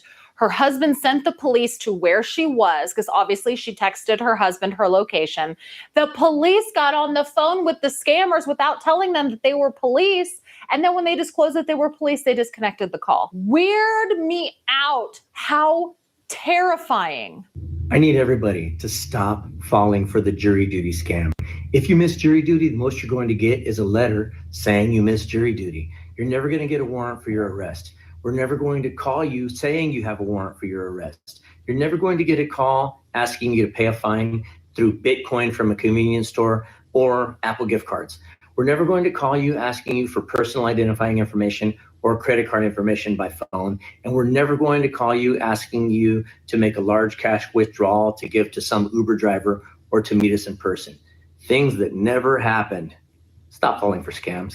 The police department, they put out all of these alerts about these scams that are happening, and they tell you not to fall for them. But in the moment, when you are afraid that there is a warrant out for your arrest and they have all of your information, fear definitely takes over. This entire scam feeds on people's fear and their willingness to send money to stay out of jail. Okay, so now we're going to listen to some examples of what these calls sound like, because they do not sound like your typical scam calls. Let's talk about law enforcement impersonation scams. Over the past several days, we've seen multiple reports surface on social media of law enforcement impersonation scams. We do want to show you some examples of how real these phone calls can sound. Yes, ma'am. This is Captain Boykin with the Wilson County Sheriff's Department. I wish you were coming back at the earliest thing. My number is 615-395. Thank you. Did you hear the police audio in the background? It really makes it sound like it's real. That's what's concerning with some of these. We did block out the number because likely they are spoofing these numbers. That means they're not their numbers. They're using someone else's number to contact you. Here is another voicemail. Hi, this is Lieutenant Tim Woodson. I'm with the Wilson County Sheriff's Office. Please contact me at 615-422. This is in reference to your jury duty obligations. Thank you. Have a great day. The sheriff's office isn't going to call you about your jury duty obligations, so that's a red flag right there. Here's an actual phone call. Hello? Hello? Hey, how you doing, sir? Who is this? Yes, sir. This is Lieutenant Tim Woodson. Okay. The reason for the call today, Mr. Woodson, I'm sorry, Mr. Aguilar, is... Isn't that strange? He messed up the names. That's a red flag right there. He said his own name. Sorry. You were scheduled for your 2-day calendar call, sir. And we missed you, so I'm just touching base with you to see why it is that you were absent. My 2-day what? 2-day calendar call For what? for a federal jury summons, sir. Where's this at? And that's where the call ends right there. 3 quick takeaways from this video. 1, sheriff's office isn't going to call you about your jury duty obligations. 2, the police department, sheriff's office, we're not going to call you to let you know you have a warrant and you need to pay money over the phone, especially in cryptocurrency, Bitcoin, gift cards. It's a scam. And then always, when in doubt, call your local police department or sheriff's office. Now, a lot of people say just don't answer phone calls you don't know, right? Seems easy enough. But these scammers are leaving voicemails saying who they are, asking you to return phone calls. And so simply not answering a number doesn't keep you from potentially falling victim to the scam because they're leaving voicemails. So one big thing that you can do is to just call the police department yourself. Don't return the number that they leave you in voicemail. Call the police department yourself and double check and see if there's any warrants out for you. Chances are there's not, because we've already heard 2 police officers now say that departments will not call you if you have a warrant out for your arrest. And like I said, I think they'll just come get your ass. And scams like this work for one simple reason. Fear shuts down logic. The moment that somebody thinks that they're about ready to be arrested, they're immediately willing to comply most of the time because they go into straight panic mode. And that is exactly what the scammers are counting on. They create a sense of urgency. They create pressure. They try to convince you that the only way to fix this problem is to pay immediately. Because if you don't, something terrible is going to happen. But here's the reality. Police departments do not call you and demand payment over the phone, ever. Police departments do not give you the ability to cancel a warrant in exchange for a payment of a fine. And if you found this story as unsettling as I did, make sure to share this information with someone that you care about, because while this scam is not new, it is starting to resurface and they are getting better and better at it. If you guys like and appreciate this kind of information, make sure to hit the thumbs up button before you leave. Okay, I guess those were good ones, important ones there, Kay, huh? Glad I played them. All right, we're going to play Trish videos next. Still no Billy Bean out.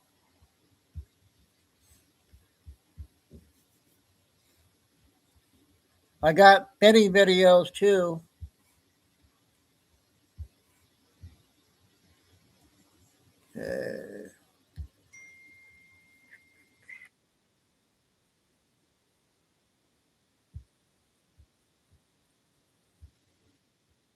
Employees. Are you ready to step up? CNN has posed in real time. In real time, ladies and gentlemen. I mean, for one thing, you got this idiot anchor on it, and I'm sorry, but she's just not that right.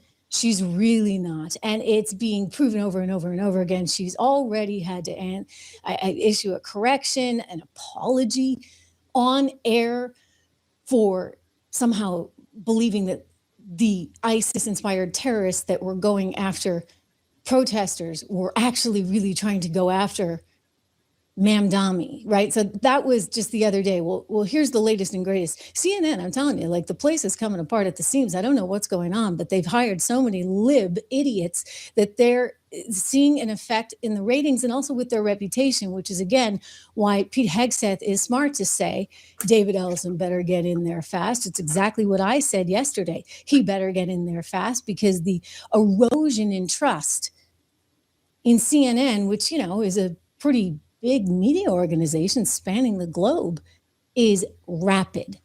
And this anchor I'm about to show you isn't helping things. At this moment, there's no indication that the regime has been weakened or that they have You don't think changed. Iran's been weakened? All of the reporting out there from within the administration is that they recognize that the regime has not, they have not shifted away from the Islamic. Of course not. They're religious changed. fanatics. They personally never changed. But to say they haven't been weakened, I think is not true. Scott, I mean, listen, I'm talking about how much control do they have over their own country? And I'm not saying that people weren't killed. She did just say they haven't been weakened. I mean, we took out their supreme leader. We took out the next supreme leader, and the third supreme leader is reportedly in a coma. I'm going to have more on that in just a second. I mean, for goodness sakes, Abby, what do you want? Yeah, we've weakened them all, right? 15,000 targets later, 1,000 targets a day, basically, is what we've taken out. And you think they're not weak enough?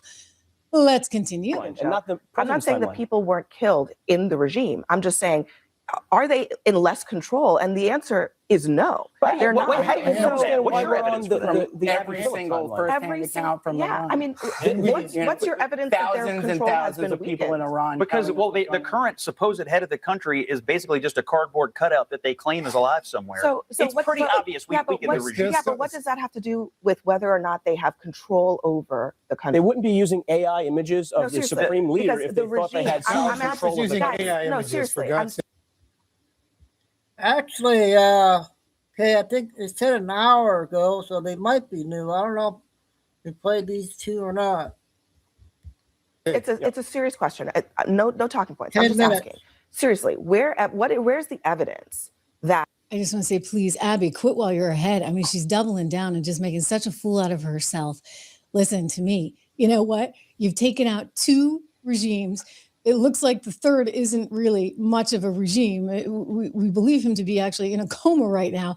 On top of which, you've taken out the entire Navy, the entire military. I mean, how can she say that they have not been weakened? In all seriousness. And she's doubling down. It's embarrassing. The Iranian regime has loosened its grip over the country. In a way that is meaningful. What do you mean by grip? Their capacity to do what? They have far less capacity to fire missiles and drones. Because you're telling me that the regime has changed. I don't see any evidence of that. I'm asking. I said they were weakened. But there's no doubt they weakened the entire top level of the government. That civilians in Iran are orchestrating attacks on regime forces in different roadblocks and areas like that. That shows a coordinated effort from Iranians or someone else, perhaps, on the ground in Iran. That shows that the regime has lost some grip on the country. But again, you don't have to put up a cardboard cutout and an AI image of the supreme leader if you're not trying desperately to keep up the illusion that the regime is still solidly in control. Honestly, listen, I would say we've done a pretty decent job. I'm going to go out on a limb and say it's going well so far. We've weakened the regime by taking out the first round of regime members. I mean, we took them all out, and then we took out the entire second round, and now we're on 3. Right? Third time's a charm. So this Ayatollah is allegedly in a coma. We talked about this yesterday, and I pointed out that Daily Mail was the only one who had this story. So I want to at least qualify it by telling you it has not been confirmed by any of my sources or independent sources. I mean, people are being very, very quiet on this. However, they do say that he lost a leg. That is believed to be the case, and that he may have been hit in the airstrikes alongside his dad. So the president was asked by Brian Kilmeade, one of my former colleagues over at Fox, about this on his podcast or his radio show, whatever it is, yesterday. And it's very interesting when you hear the president's answer, because he doesn't deny this. Brian just comes right out and he says, hey, do you think he's still alive? And listen to what President Trump says. Watch. I think he probably is alive in some form, yeah. These glasses are not a toy. Nobody believed me at first, but now everybody wants a pair. My friends roasted. Okay, so he's alive in some form. Yeah. 4 minutes. So where is he? Okay, he's alive in some form. I think that probably, it points back to this idea that he's in a coma, because you don't go and issue a statement when all the leader of the ATLL Islamic is Republic news, in their like he did. first public And speech this is a translation. We're addressing not going to run the much of great it, but this nation of woman, Iran and the brave fighters of Iran. this woman read a statement from the new Ayatollah on air because he couldn't actually appear on air. So what is going on? Again, I do want to point out the Daily Mail's reporting says it is believed he's in intensive care in a coma in Tehran, in a hospital, in the Sina University Hospital there in Tehran. And so the president's like, well, I think he's probably alive, but he's not in very good shape. And then he didn't elaborate more from there. But whatever it is, like, he's certainly been weakened. So you've got the Iranian National Guard, right? They're the problems right now, the Revolutionary Iranian Guard, whatever the, IRGC. And I think that they're the ones that are sort of going around and enforcing whatever they're trying to enforce right about now. What you've got to have happen is one of these alternatives. You've got the former MEK, really, really highly organized. They are no longer designated as a terror organization. They had been at one point by us, but no longer. And they actually have a tremendous amount of support here in the United States and around the globe. They've been stationed in Algeria because of the resistance movement for a, non-religious government there in Iran. It's actually run, the entire organization, I know it well, is run by a woman. And so that would be sort of amazing, right? To have a woman come in and be president of Iran. So that's one alternative. The other alternative is to go back to the Shah. But, you've got to have these groups step up and take control. And right now, I believe that they've been a little too nervous to do so because it's still rough with the Iranian Guard out there. I'm going to play you something of one of the Iranian Guard members saying that they intended to actually kill anybody, right, that's out there protesting. And so they have no problem doing that. And so you still don't really have a handle on the country as long as this is going on. Let's see if we can pull this up. Well, in a moment, we'll get to that. But here's the reality, right? They have been weakened regardless of what CNN is saying, without a doubt. And this is why the president is frustrated. Pete Hegseth is frustrated. Yours truly is frustrated because, why are you feeding America all of these lies? I'd like to know. One other thing that came up actually in Brian's exchange with the president was whether or not the war would end soon. He asked him, when do you think this war will end? I want to share with you the president's answer. Oh, this will bounce right back. When it's over, and I don't think it's going to be long. When it's over, this is going to bounce right back so fast. When are you going to know when it's over? When I feel it. Okay. I feel it in my bones. Will you ask anybody in particular? Would that be some of these a joint decision? Well, I deal with people. I have great people. Yeah. Yeah, he's got great people. He's got Marco Rubio. He's got Pete Hegseth. He's got very, very good people. He's got Besant as well, helping from the economic perspective, so it doesn't get too brutal for us. But I'll tell you, the markets ended lower today, but not by much. I mean, you think about what we're going through here. If you read the headlines, as I just showed you, you think that it's really bad, like really, really, really bad.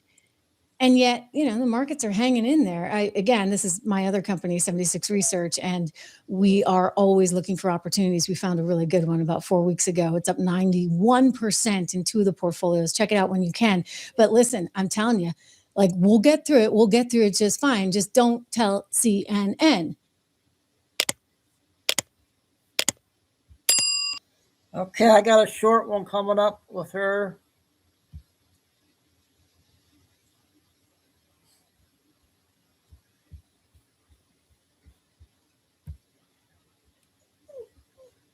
Hold on, bud.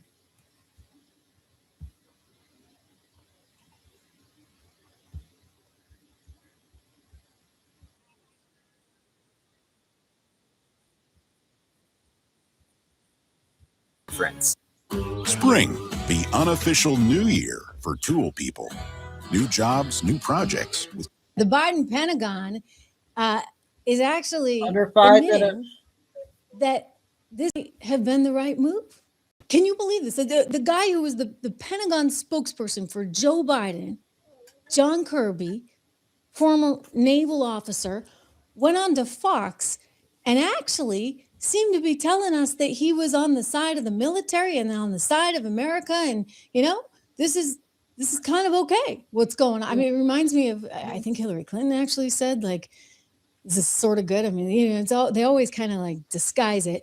Condoleezza Rice, but she's a conservative. She came right out and said, hey, finish the job. Here's John Kirby, who is a Democrat who works for Biden, actually admitting on Fox that, this is pretty good. And we need to stand behind our military and stand behind our country at a time like this. Someone had to say it. I've heard a lot of individuals, Condoleezza Rice comes to mind, General Petraeus comes to mind, say that they think that that President Trump had a lot of guts to make this bold move, and that it was the right thing to do to launch this attack in conjunction with Israel. Do you agree?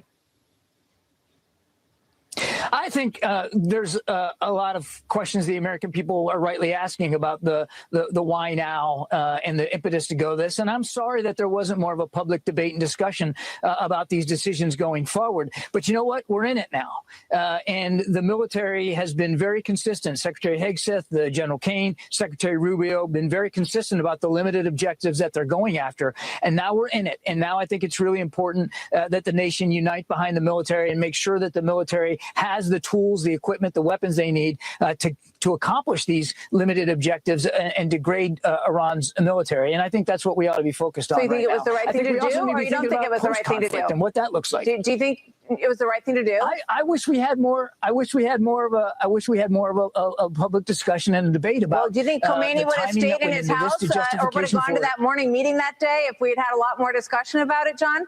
Look, Martha, nobody's in front of me in line and hating this regime and what they've done to the Iranian people or to our troops in the region or to their long history of supporting terrorism. I think the Iranian people deserve better. They deserve a government that is not a state sponsor of terrorism and that is not posing a threat to the United States and our interests around the world. But I think we need to be thinking about this. Exactly what we need to be thinking about is what post-conflict governance can possibly look like, because I don't see any indication I mean, the reason that the regime is going anywhere anytime soon. Well, I think we're closer to that than we have been in a long time.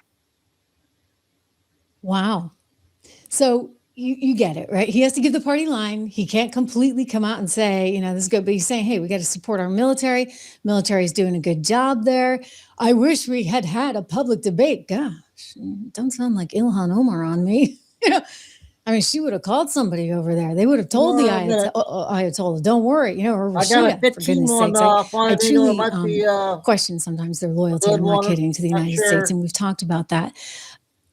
I really feel uncomfortable with it, as well as Mamdani and a few others right about now. So I don't think you could possibly have had that debate and have protected our troops over there. We already lost some, including the ones whose lives were lost. They're refueling, about that story, and the initial troops that we lost. Truly sad. But you know what? The president made it very clear that their families had a message for him.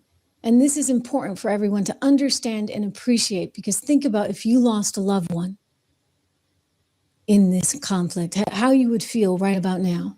Let me go to him. An important message from the president. How many American deaths are you willing to have in this war? Well, as I said before, when you have conflicts like this, you always have death. And I was at Dover yesterday. I met the parents, and they were unbelievable people. They were unbelievable people, but they all had one thing in common. They said to me one thing, every single one: finish the job, sir. Please finish the job. And I'll leave you at that. Thank you very much, everybody. Thank you. And he will. He will. He will finish the job. Okay. Might have played those yesterday. Sorry if I did. Some people might have missed it. Yeah, this one I'm not sure of. I got probably finish off with 4. I got 4 mini videos.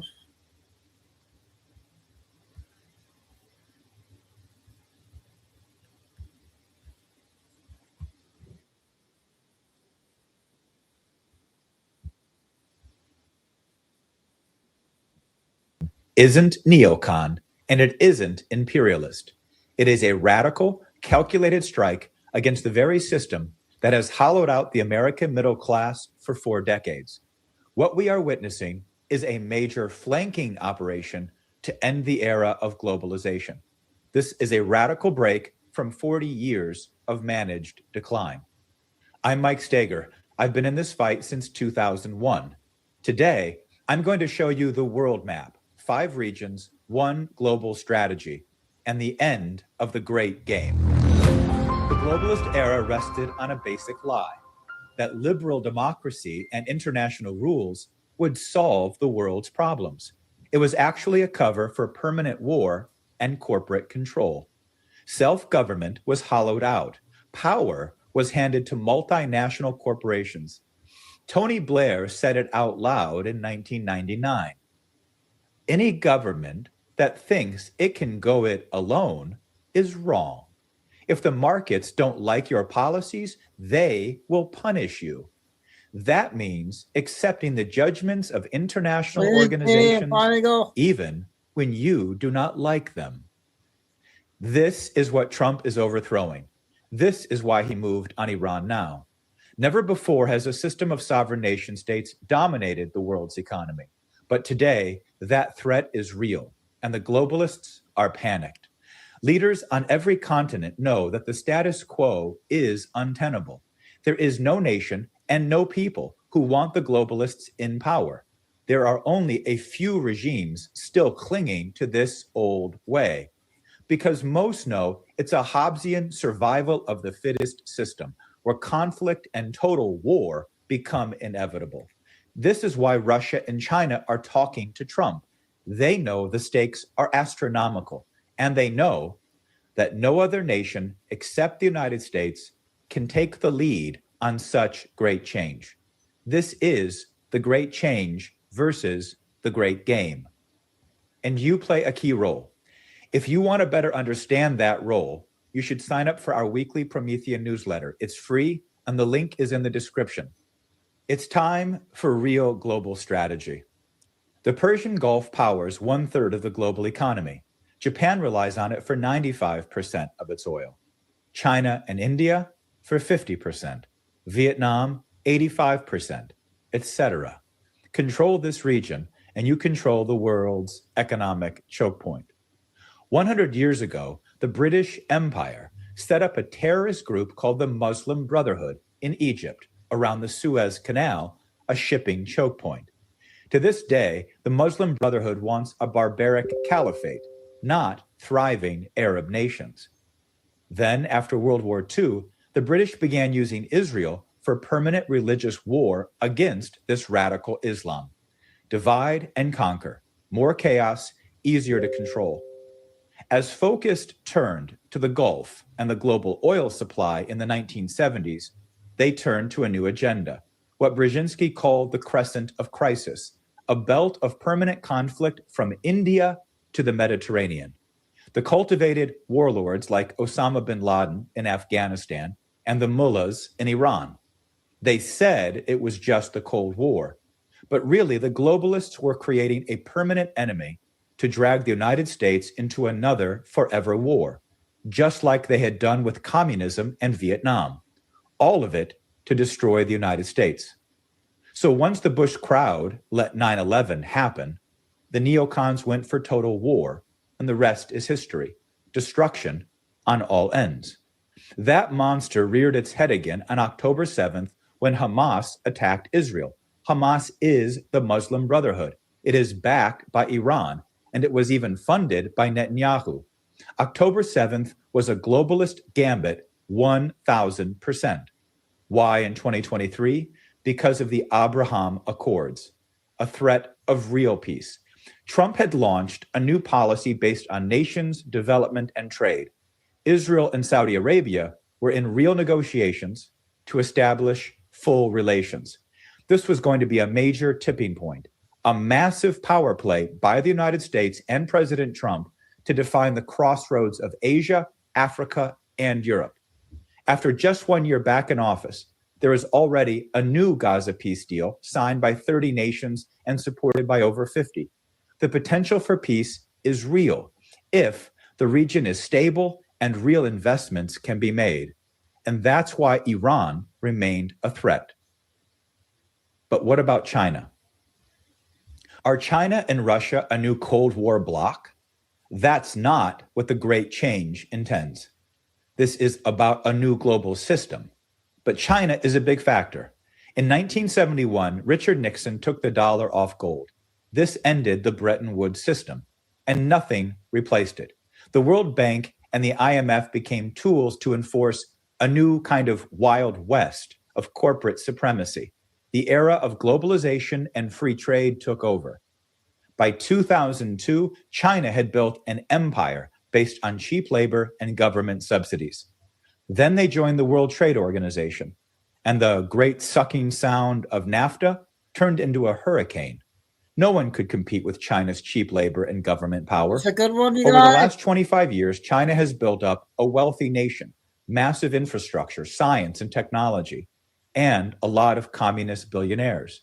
Yet even their former prime minister said they still have 600 million people, 600 million living on less than $5 a day. China, like the corporations, is addicted to globalization. Massive profits for the communist state, but the people suffer. We need a new global system. And that's what Trump has initiated.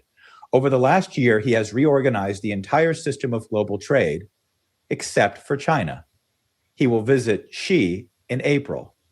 The question will be simple. Will China join a new fair trade system or choose a new Cold War? By squeezing China on energy and trade, we force them to the table. We intend to secure a 21st century based on the rights of nations and a defense of working people, not corporations or state control. As Scott Bessent said, could we do something where they consume more, manufacture less? We consume less, manufacture more. That would be a home run for the global economy. As the Chinese would say, that's a win-win. The Chinese people get higher wages and we reindustrialize. The American system would go global. And that's why the globalists see Iran and China as big pieces of this puzzle. We're covering these shifts in real time as they happen. If this perspective, mixing history, science, and strategy, is something you've been looking for, hit the subscribe button and the notification bell. It's the only way to make sure you don't miss our deep dive next week on the war with the cartels. For those who want to support this work directly, consider becoming a paying subscriber at the link below. It's how we stay independent. China depends on cheap fuel from Russia. If the US and Russia establish relations on shared goals, the whole global system changes. This is the pivot for great change. That's why the war with Russia is the ultimate great game. In 2010, Lyndon LaRouche gave a warning after they killed Gaddafi. Paraphrasing, he said, the globalists are in a rush. They need to escalate the war in Syria and create a war with Russia. The intent is war with Russia. By 2014, there was a coup in Ukraine, and then there was a civil war.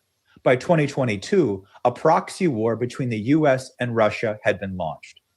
In the 1990s, the globalists dreamed of breaking Russia up to rule the world, the so-called unipolar moment, the globalists' wet dream. A war between the United States and Russia ultimately weakens both nations and makes us both easier to control. And the inverse is also true.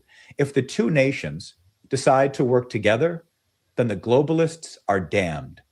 This is why President Trump focuses on peace. It's why they ran the Russia hoax to stop him. Trump said it at Mar-a-Lago in 2025.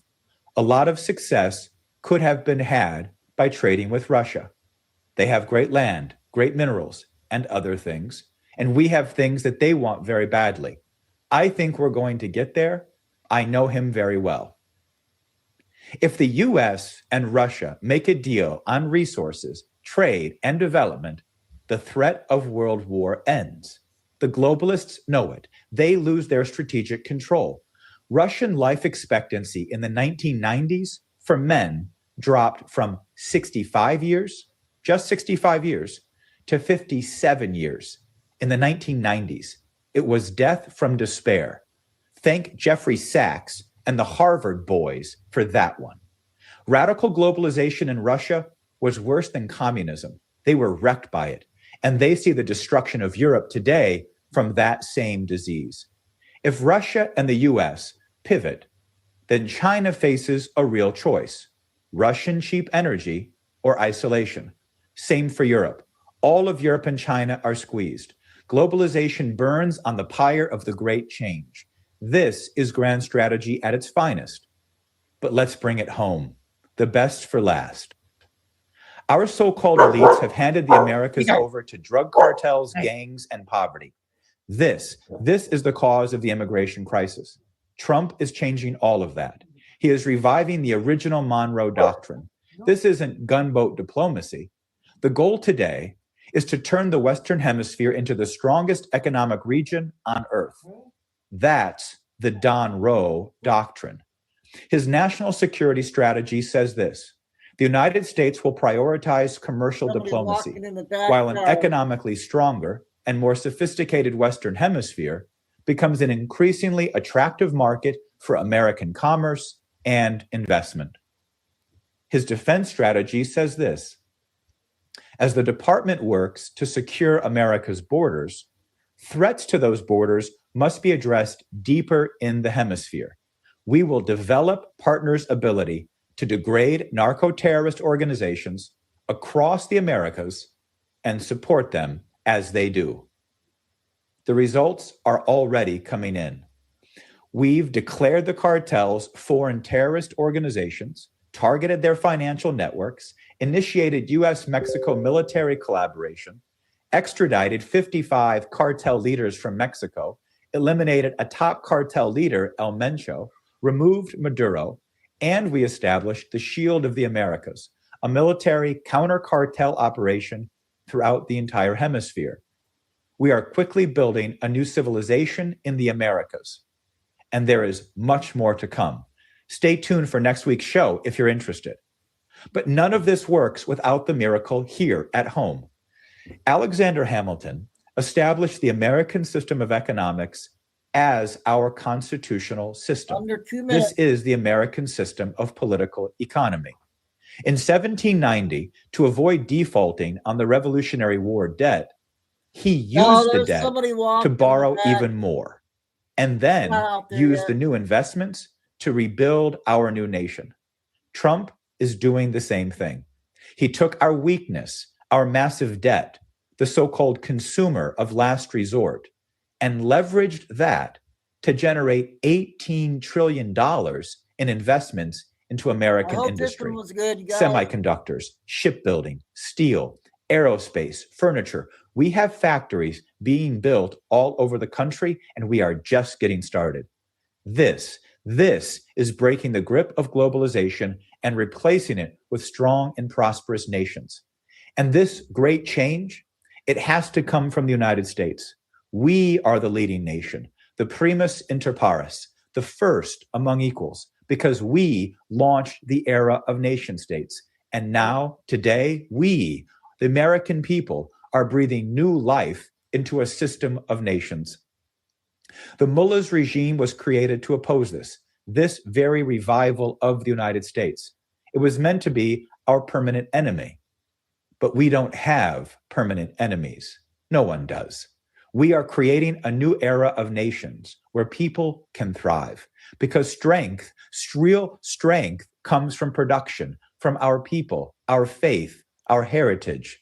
Stephen Miller said it at the Americas Conference. We share cultures, Western Christian civilization. We share these things together. We have to have the courage to defend it. This is the end of globalization and empire. This is the great change.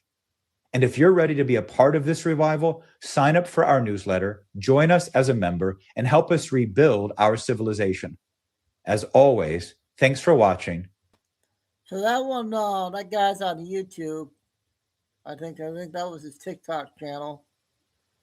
Yep. I hope that one was good. I'm gonna try to get the last four with Benny. They're all short ones, around 10 minutes each.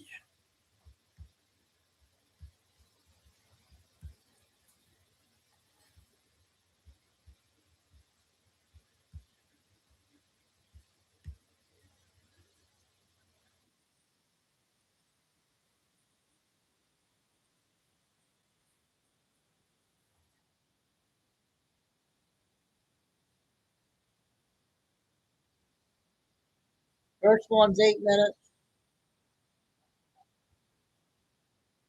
What's up, guys? Benny. The White House is one of the most places on Earth, but it still can be a dangerous place. I went to the White House in 2020 and watched Rand Paul get assaulted and nearly killed outside of the White House. It's all on tape. It's crazy. There were like mobs that were gathered outside. It was Trump's RNC convention speech, right? They did it live at the White House.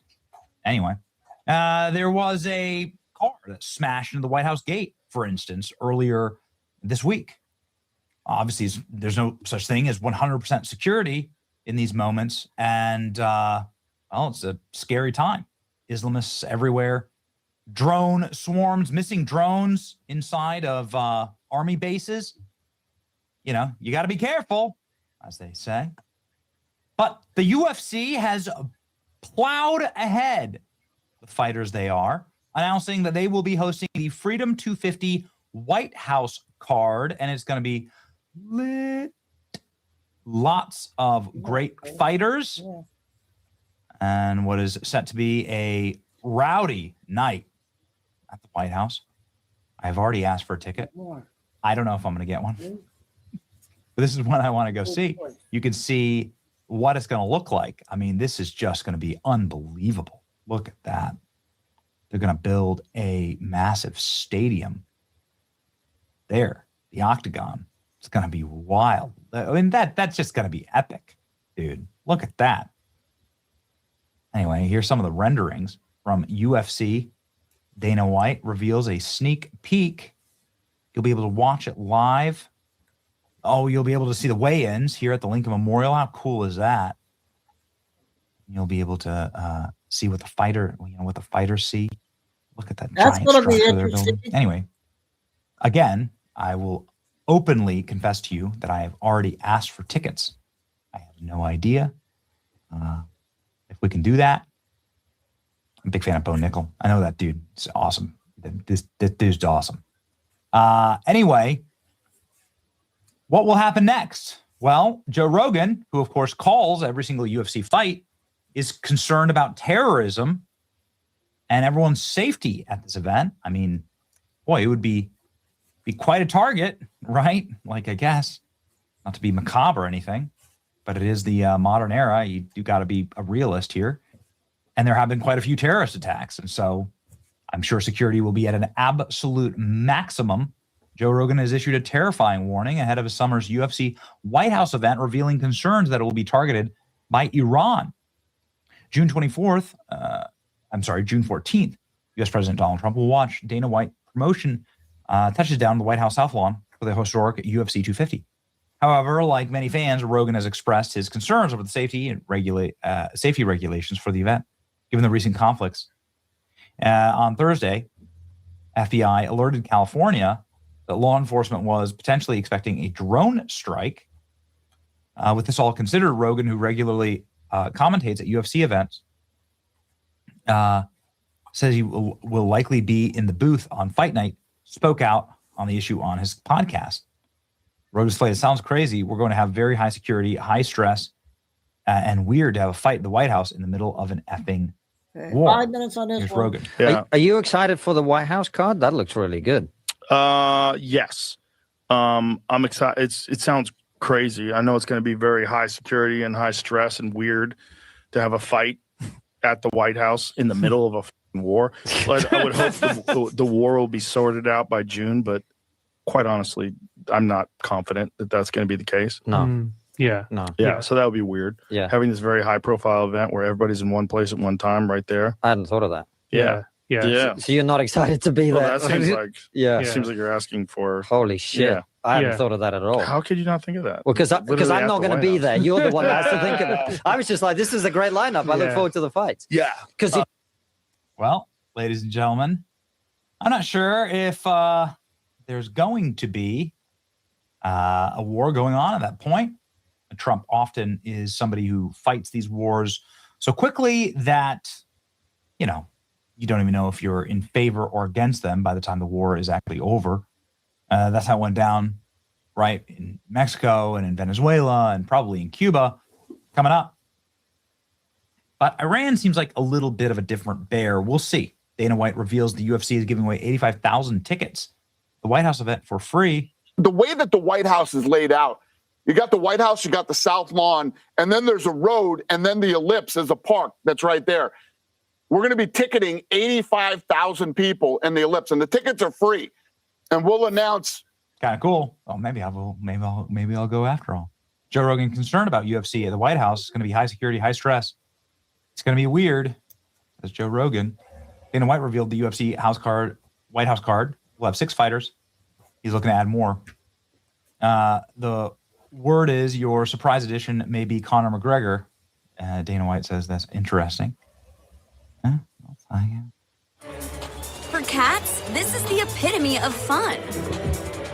Gnarly moves. Because cat brains can't process the fun of DraftKings Casino. What could go wrong? All right. Announce that you're running for president of Ireland there at the White House card. Brother, what are the logistics of this event? 85,000 people in the White House at UFC during a war? I don't know. They've done it before. You know, obviously, President Trump walks into these UFC events. There are tens of thousands in the arenas. But, you know, the arenas are enclosed. They're always worried about President Trump. Snipers, drones, things like that. Trump having the time of his life, though, at UFC. Imagine being 78 with 5 children, having a UFC champion belt, being loved by everyone. The left can't stand this. This was Donald Trump, I think before, what is this, June 8th, 2025. Okay. This would be a couple of months into the second administration. UFC champion Kevin Holland immediately runs over, shakes hands with President Trump. Expect to see a lot of this. It'll be a night for content, that is for certain. Erupts. Massive cheers for Donald Trump. That's how it always goes. I mean, it's loud. We've heard it before. It's loud. It's rowdy. It's fun. And, well, we're looking forward to, at the very least, watching it. Maybe we'll be there. We'll see. But you just got to be careful these days. President Trump says that there are sleeper cells in the United States, Iranian sleeper cells, and they're watching them. Maybe arrest them before the UFC. Okay, try to get 3 more in.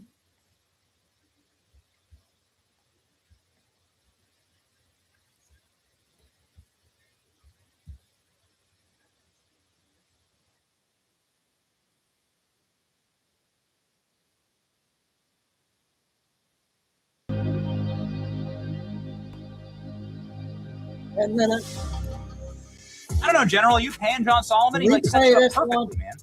Yeah, I've been in touch with John a long time. I've known John a long time. He's just a terrific investigative journalist. His entire team is extraordinary. He's broken more stories on this.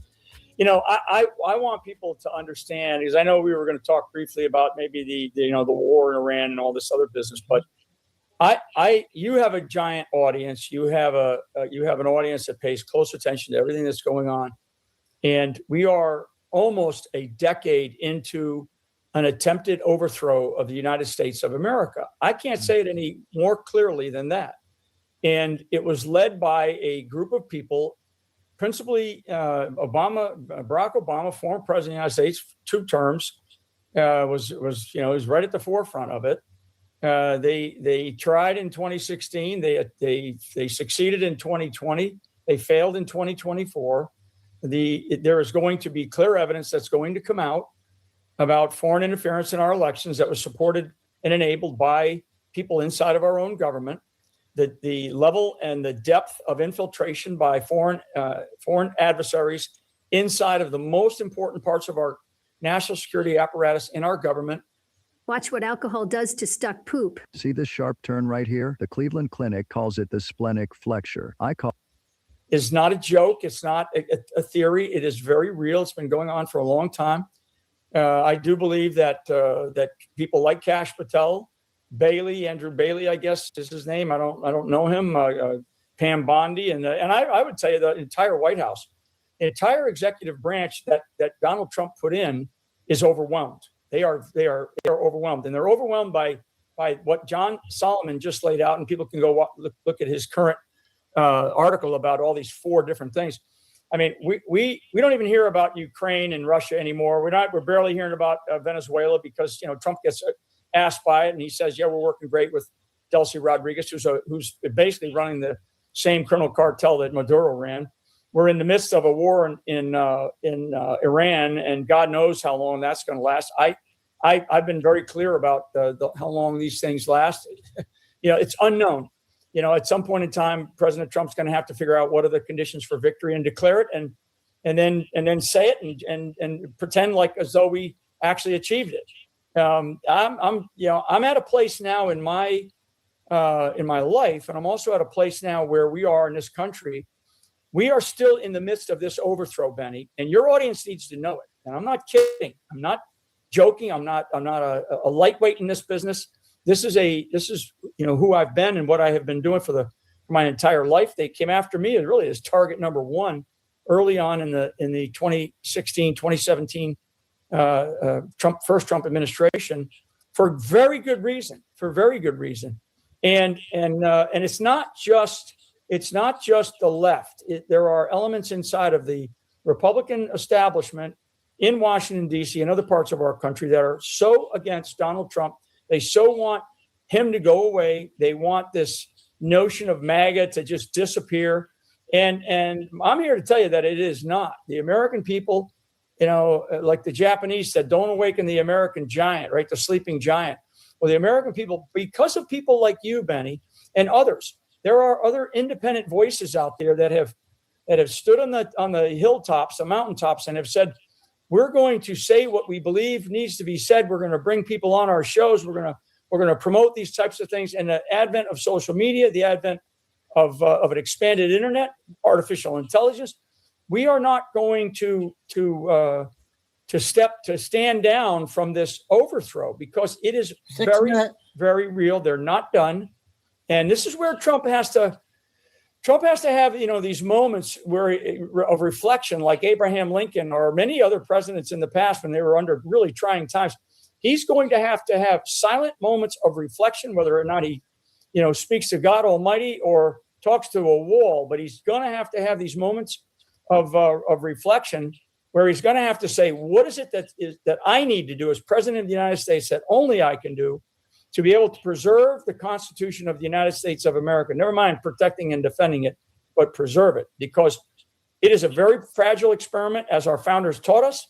And we are in a moment of history right now that I think if we don't cross some T's and dot some I's right now, never mind what John Solomon just said, but what we're doing over in the Middle East, what we're doing in Venezuela, Europe, but particularly right here at home, if we don't get this right, if we don't hold these people accountable, they will not go away and they will come at us even harder. And that's what I want Trump and his team to focus on, because as I said earlier, and I'll get off my high horse, I do believe that there's a little bit of overwhelming going on here with some of the people that are running these organizations. Kash Patel, Pam Bondi, Marco Rubio, he jokes about how many jobs he's got. Pete Hegseth, Tulsi, all of them. Because below that layer, Benny, and for your audience, below that layer of these great talented people that President Trump put into these really important jobs, below that layer are a bunch of hardcore leftists, communists, whatever ism you want to use. And it's like 95%. There's very, very few people that are following Trump's agenda. They are not. Trump will sign an executive order. Those executive orders will not be adhered to. Hell, we can't even get the Republican Party, the Republican in the Senate or the House, certainly the Senate, to pass an ID check for our voting. I mean, that ought to tell everybody everything as how hard this is going to be. And this fight that we are waging internally, as Abraham Lincoln said, we're not going to die because of an overseas threat. We're going to die because of our own suicide. And he said that at the age of 28 years old. So that has not gone away. And now we are at a place in our history, in our nation's history, at our 250th year mark, where I want to be optimistic and I want to be rose-colored glasses here, but we are being challenged. And, and guys like John Solomon, guys like you are projecting or letting us know about these things. Thank God that we have your voices, and there's other voices out there too. But without them, we'd be listening to the likes of CNN and the mainstream and we call it mainstream media. It's a fake news media. So anyway, General, I know that you are up against a hard out, and I apologize that we have to cut this short. I mean, you're welcome to stay as long as you want, but just perhaps then a last question, if I only get one more. The raid in Maricopa County. You've done so much. You know, John Solomon just broke some huge news saying that there's going to be news stories that will break soon that will switch the votes of senators on the SAVE Act and will change everything. Can you, and you've done so much work on this, and you worked with the president on it. I know you've flown around the world, and you've fortified the election here from being stolen and rigged in 2024. You don't get enough credit for that. What are they going to find in Fulton? What are they going to find in Maricopa? What is the big kahuna here? Watch how this tiny thing removes all mold from my musty basement in just 40. Yeah, I think we're going to find that there are people serving in Congress and serving in other state offices that didn't win those elections. So we have, just like Joe Biden. So we're going to find that they're going to find criminal activities, particularly in as they have in Fulton County and of course Maricopa County. But those are tactics of the broader strategy. But I think what we're going to find is we're going to be looking at the results, the real results, once we, lay them out. And many of them have started to get laid out, particularly in Fulton County, because they're already down into the weeds of that. And we're going to see people that are serving in elected offices that were not elected. That's not a constitutional republic. That's a criminal enterprise. Yes. Do you think Maduro is going to say anything on this, given that so much of the Venezuelan software, and I know you know this very, very well, was operated by his regime? Yep. The short answer is yes. And there's others that they have in custody that are also divulging great amounts of information for the first time, because they now know that President Trump means business. I mean, so yes, I think we're already learning a lot of things, and I think that is driving some of the things that we are seeing the FBI, the Department of Justice, doing. General, our team is telling us that you have to go. We don't want to be rude. You're welcome back. We didn't even get really a chance to talk about Iran. I hope that you can come back and join us for that. Yeah, maybe another 24 hours. But Benny, thank you so much. Thanks for your patience. Thanks for your great audience, and keep doing what you're doing, because you're one of those big voices out there that we need right now. Godspeed, General. Everybody follow General Michael Flynn. You probably already do. He's got millions and millions of subscribers. Just one of those guys that changes the world in a good way. Thank you, John. Okay, one more. There was only 3 I got on Benny. By tomorrow, we'll go 3 o'clock tomorrow.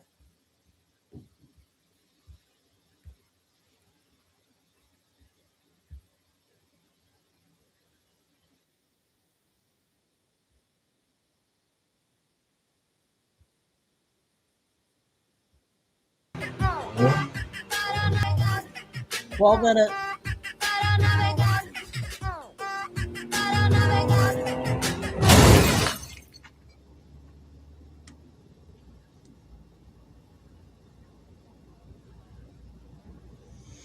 Going on, man?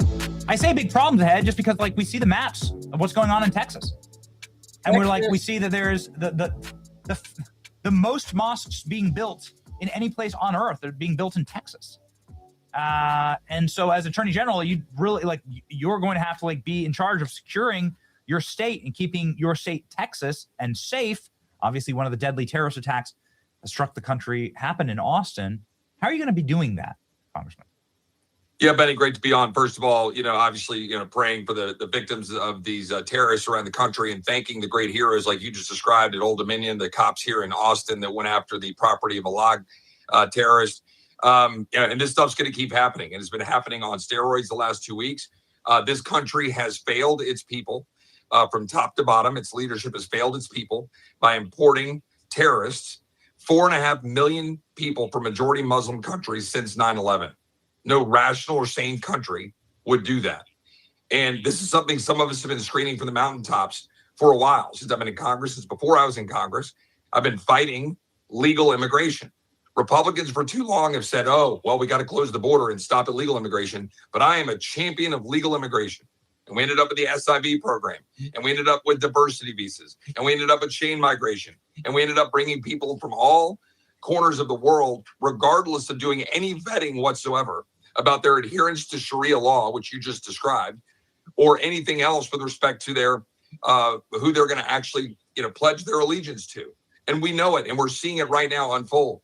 So as Attorney General, I will build off of what I've been doing in Congress, right? I introduced the CARE bill to defund or take away their tax benefits. I introduced the PAUSE Act to pause all immigration until we fix our system, especially the other bill that I introduced, vetting people for adherence to Sharia law, which, by the way, is the vast majority of Muslims. We have to be honest here. We can't beat around the bush. We can be legalistic. We can be, importantly, defensive of the First Amendment. You can believe what you want to believe, but what you cannot believe, what you cannot profess, is something that is diametrically opposed to the Declaration, Constitution, the rule of law.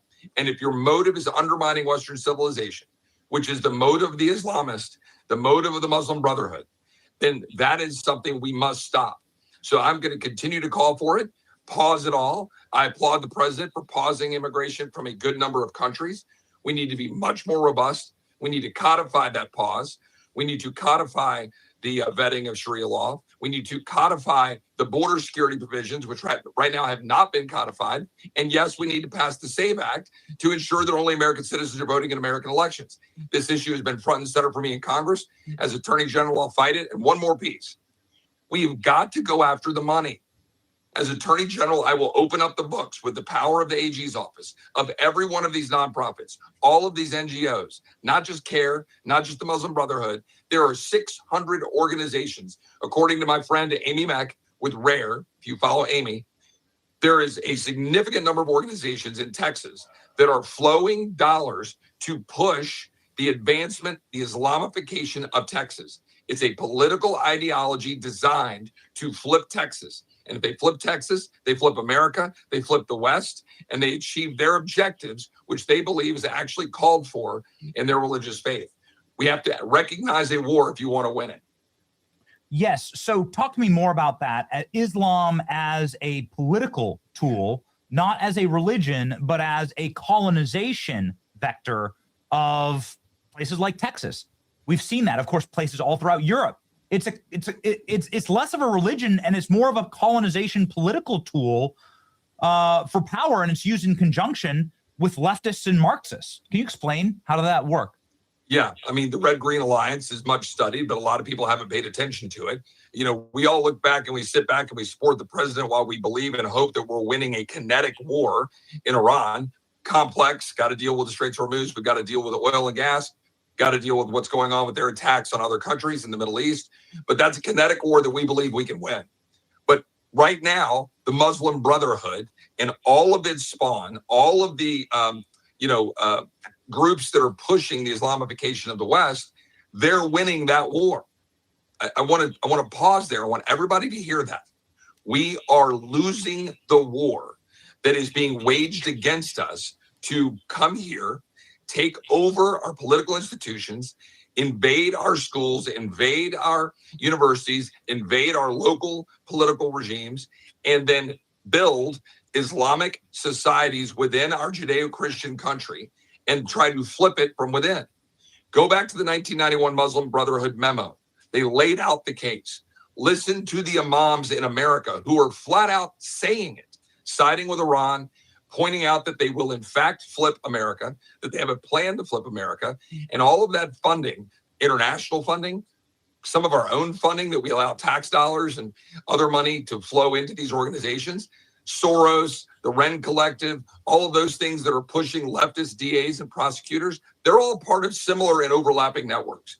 I'm grateful the Trump administration is looking into a lot of that, but we've got to be much more aggressive in Texas than we have been. It's not a criticism. Some people look at me and they go, "Ooh, are you criticizing Texas leaders?" I'm criticizing everybody in this country that has allowed the massive wave of Muslims to come into our country in the 25 years since they killed 3,000 Americans. And they've done it because the Chamber of Commerce demanded it. And they've done it because people feel good in their touchy-feely narratives, including a lot of soft Christians, whether they're Catholic or Protestant, who go, "Oh, we should let people in. The SIVs, the Afghans." We don't do any vetting. and we let people in who want to undermine and flip our country. No rational country would do that. So we've got to stop it, cut the money off. We've got to change our immigration laws. But in Texas, enforce the law, stop the Deceptive Trade Practices Act, stop their blatant violation of zoning issues, attack them for violating the First Amendment because they're establishing a Sharia-only neighborhood and community. Go after them, cut the funding off, and be very clear that's not going to exist in Texas. Rebound and recover with the Planet Fitness Black Cord. Join and get your first month free. Deal ends March 13th. Why did Amazon send me $20,000? Because I use Amazon AI. I'm going to show you a way. So that'd be really fantastic to have that level of clarity on this mission from the top law enforcement office in the state of Texas. It's something that's clearly been a plan, and it's only a plan if you can import enough people who hate America and want to colonize America. That's what's happening. We're being colonized right now by this foreign and alien ideology. And it's not something that you want to live under. It's something that's existed for 1,500, 1,600 years. Sharia law is something that is in practice, and the vast majority of Muslims do practice Sharia law, and they'll bring it here, and they already do. There already are claims of secret Muslim courts and total societies that exist outside of American society. I think that this is why the Pause Act is so critical, is because you have to actually have Muslims are about 1.5% of the American population. You have to flip the country. You have to actually bring and import in infinity more. So that's what the Pause Act would do. Could you roll through, Congressman, what the Pause Act actually does, please? Yeah, I would. And let me preface it by one thing. I held a hearing on Sharia law a few weeks ago as the subcommittee of the Constitution chairman. Interestingly, I pointed out how Sharia is in conflict with our laws. The ranking Democrat on that committee said, well, if you try to stop Sharia, well, then you're going to say that no Muslims can come here. I thought that was an interesting point that the Democrat made about how prevalent Sharia is in the Muslim population broadly around the world. Sometimes we have to actually speak truth. And if you want to talk about the Pause Act, let's remember that where our country is today, we have 51.5 million foreign-born people. A large chunk of those are now increasingly Muslim. A large chunk of those are on a path to citizenship. My belief is, that is the most and the highest percentage that we've ever had. Go back to the early 20th century, the early 1900s. It's even higher than that after the wave from Ireland and Germany and Czechoslovakia and some from Asia and all the people that came here. This is even higher. In the 1920s, we paused immigration. For about 40 years, we pretty much had no real significant immigration. The reason was we needed to reestablish the assimilation and melting pot. And by the way, that was with people who wanted to assimilate. But the country said, oh, pause. We've had all these people move here. We need to make sure everybody knows who we are. We're Americans. We buy in. We love our country. We love the law. And it worked. In the 1960s, they massively expanded immigration. And it's been doing this over the last 60 years. We must pause immigration now. We must reassert American values on those who come here. We must stop moving people into the line to become citizens without knowing that they're coming here to assimilate. Melting pot means you have to actually melt. The Pause Act that I introduced would pause all immigration until a number of criteria are met. Vet people for adherence to Sharia law if they're coming to the United States. Make sure that we're changing a lot of the broken systems like diversity visas, chain migration, all of the things that are being abused. For example, the Austin shooter. That guy came here on a tourist visa, overstayed the visa like the 9/11 hijackers did, stayed here, wasn't removed, got legal permanent residency status in 2006 under Bush because he said he was married to an American citizen or marrying.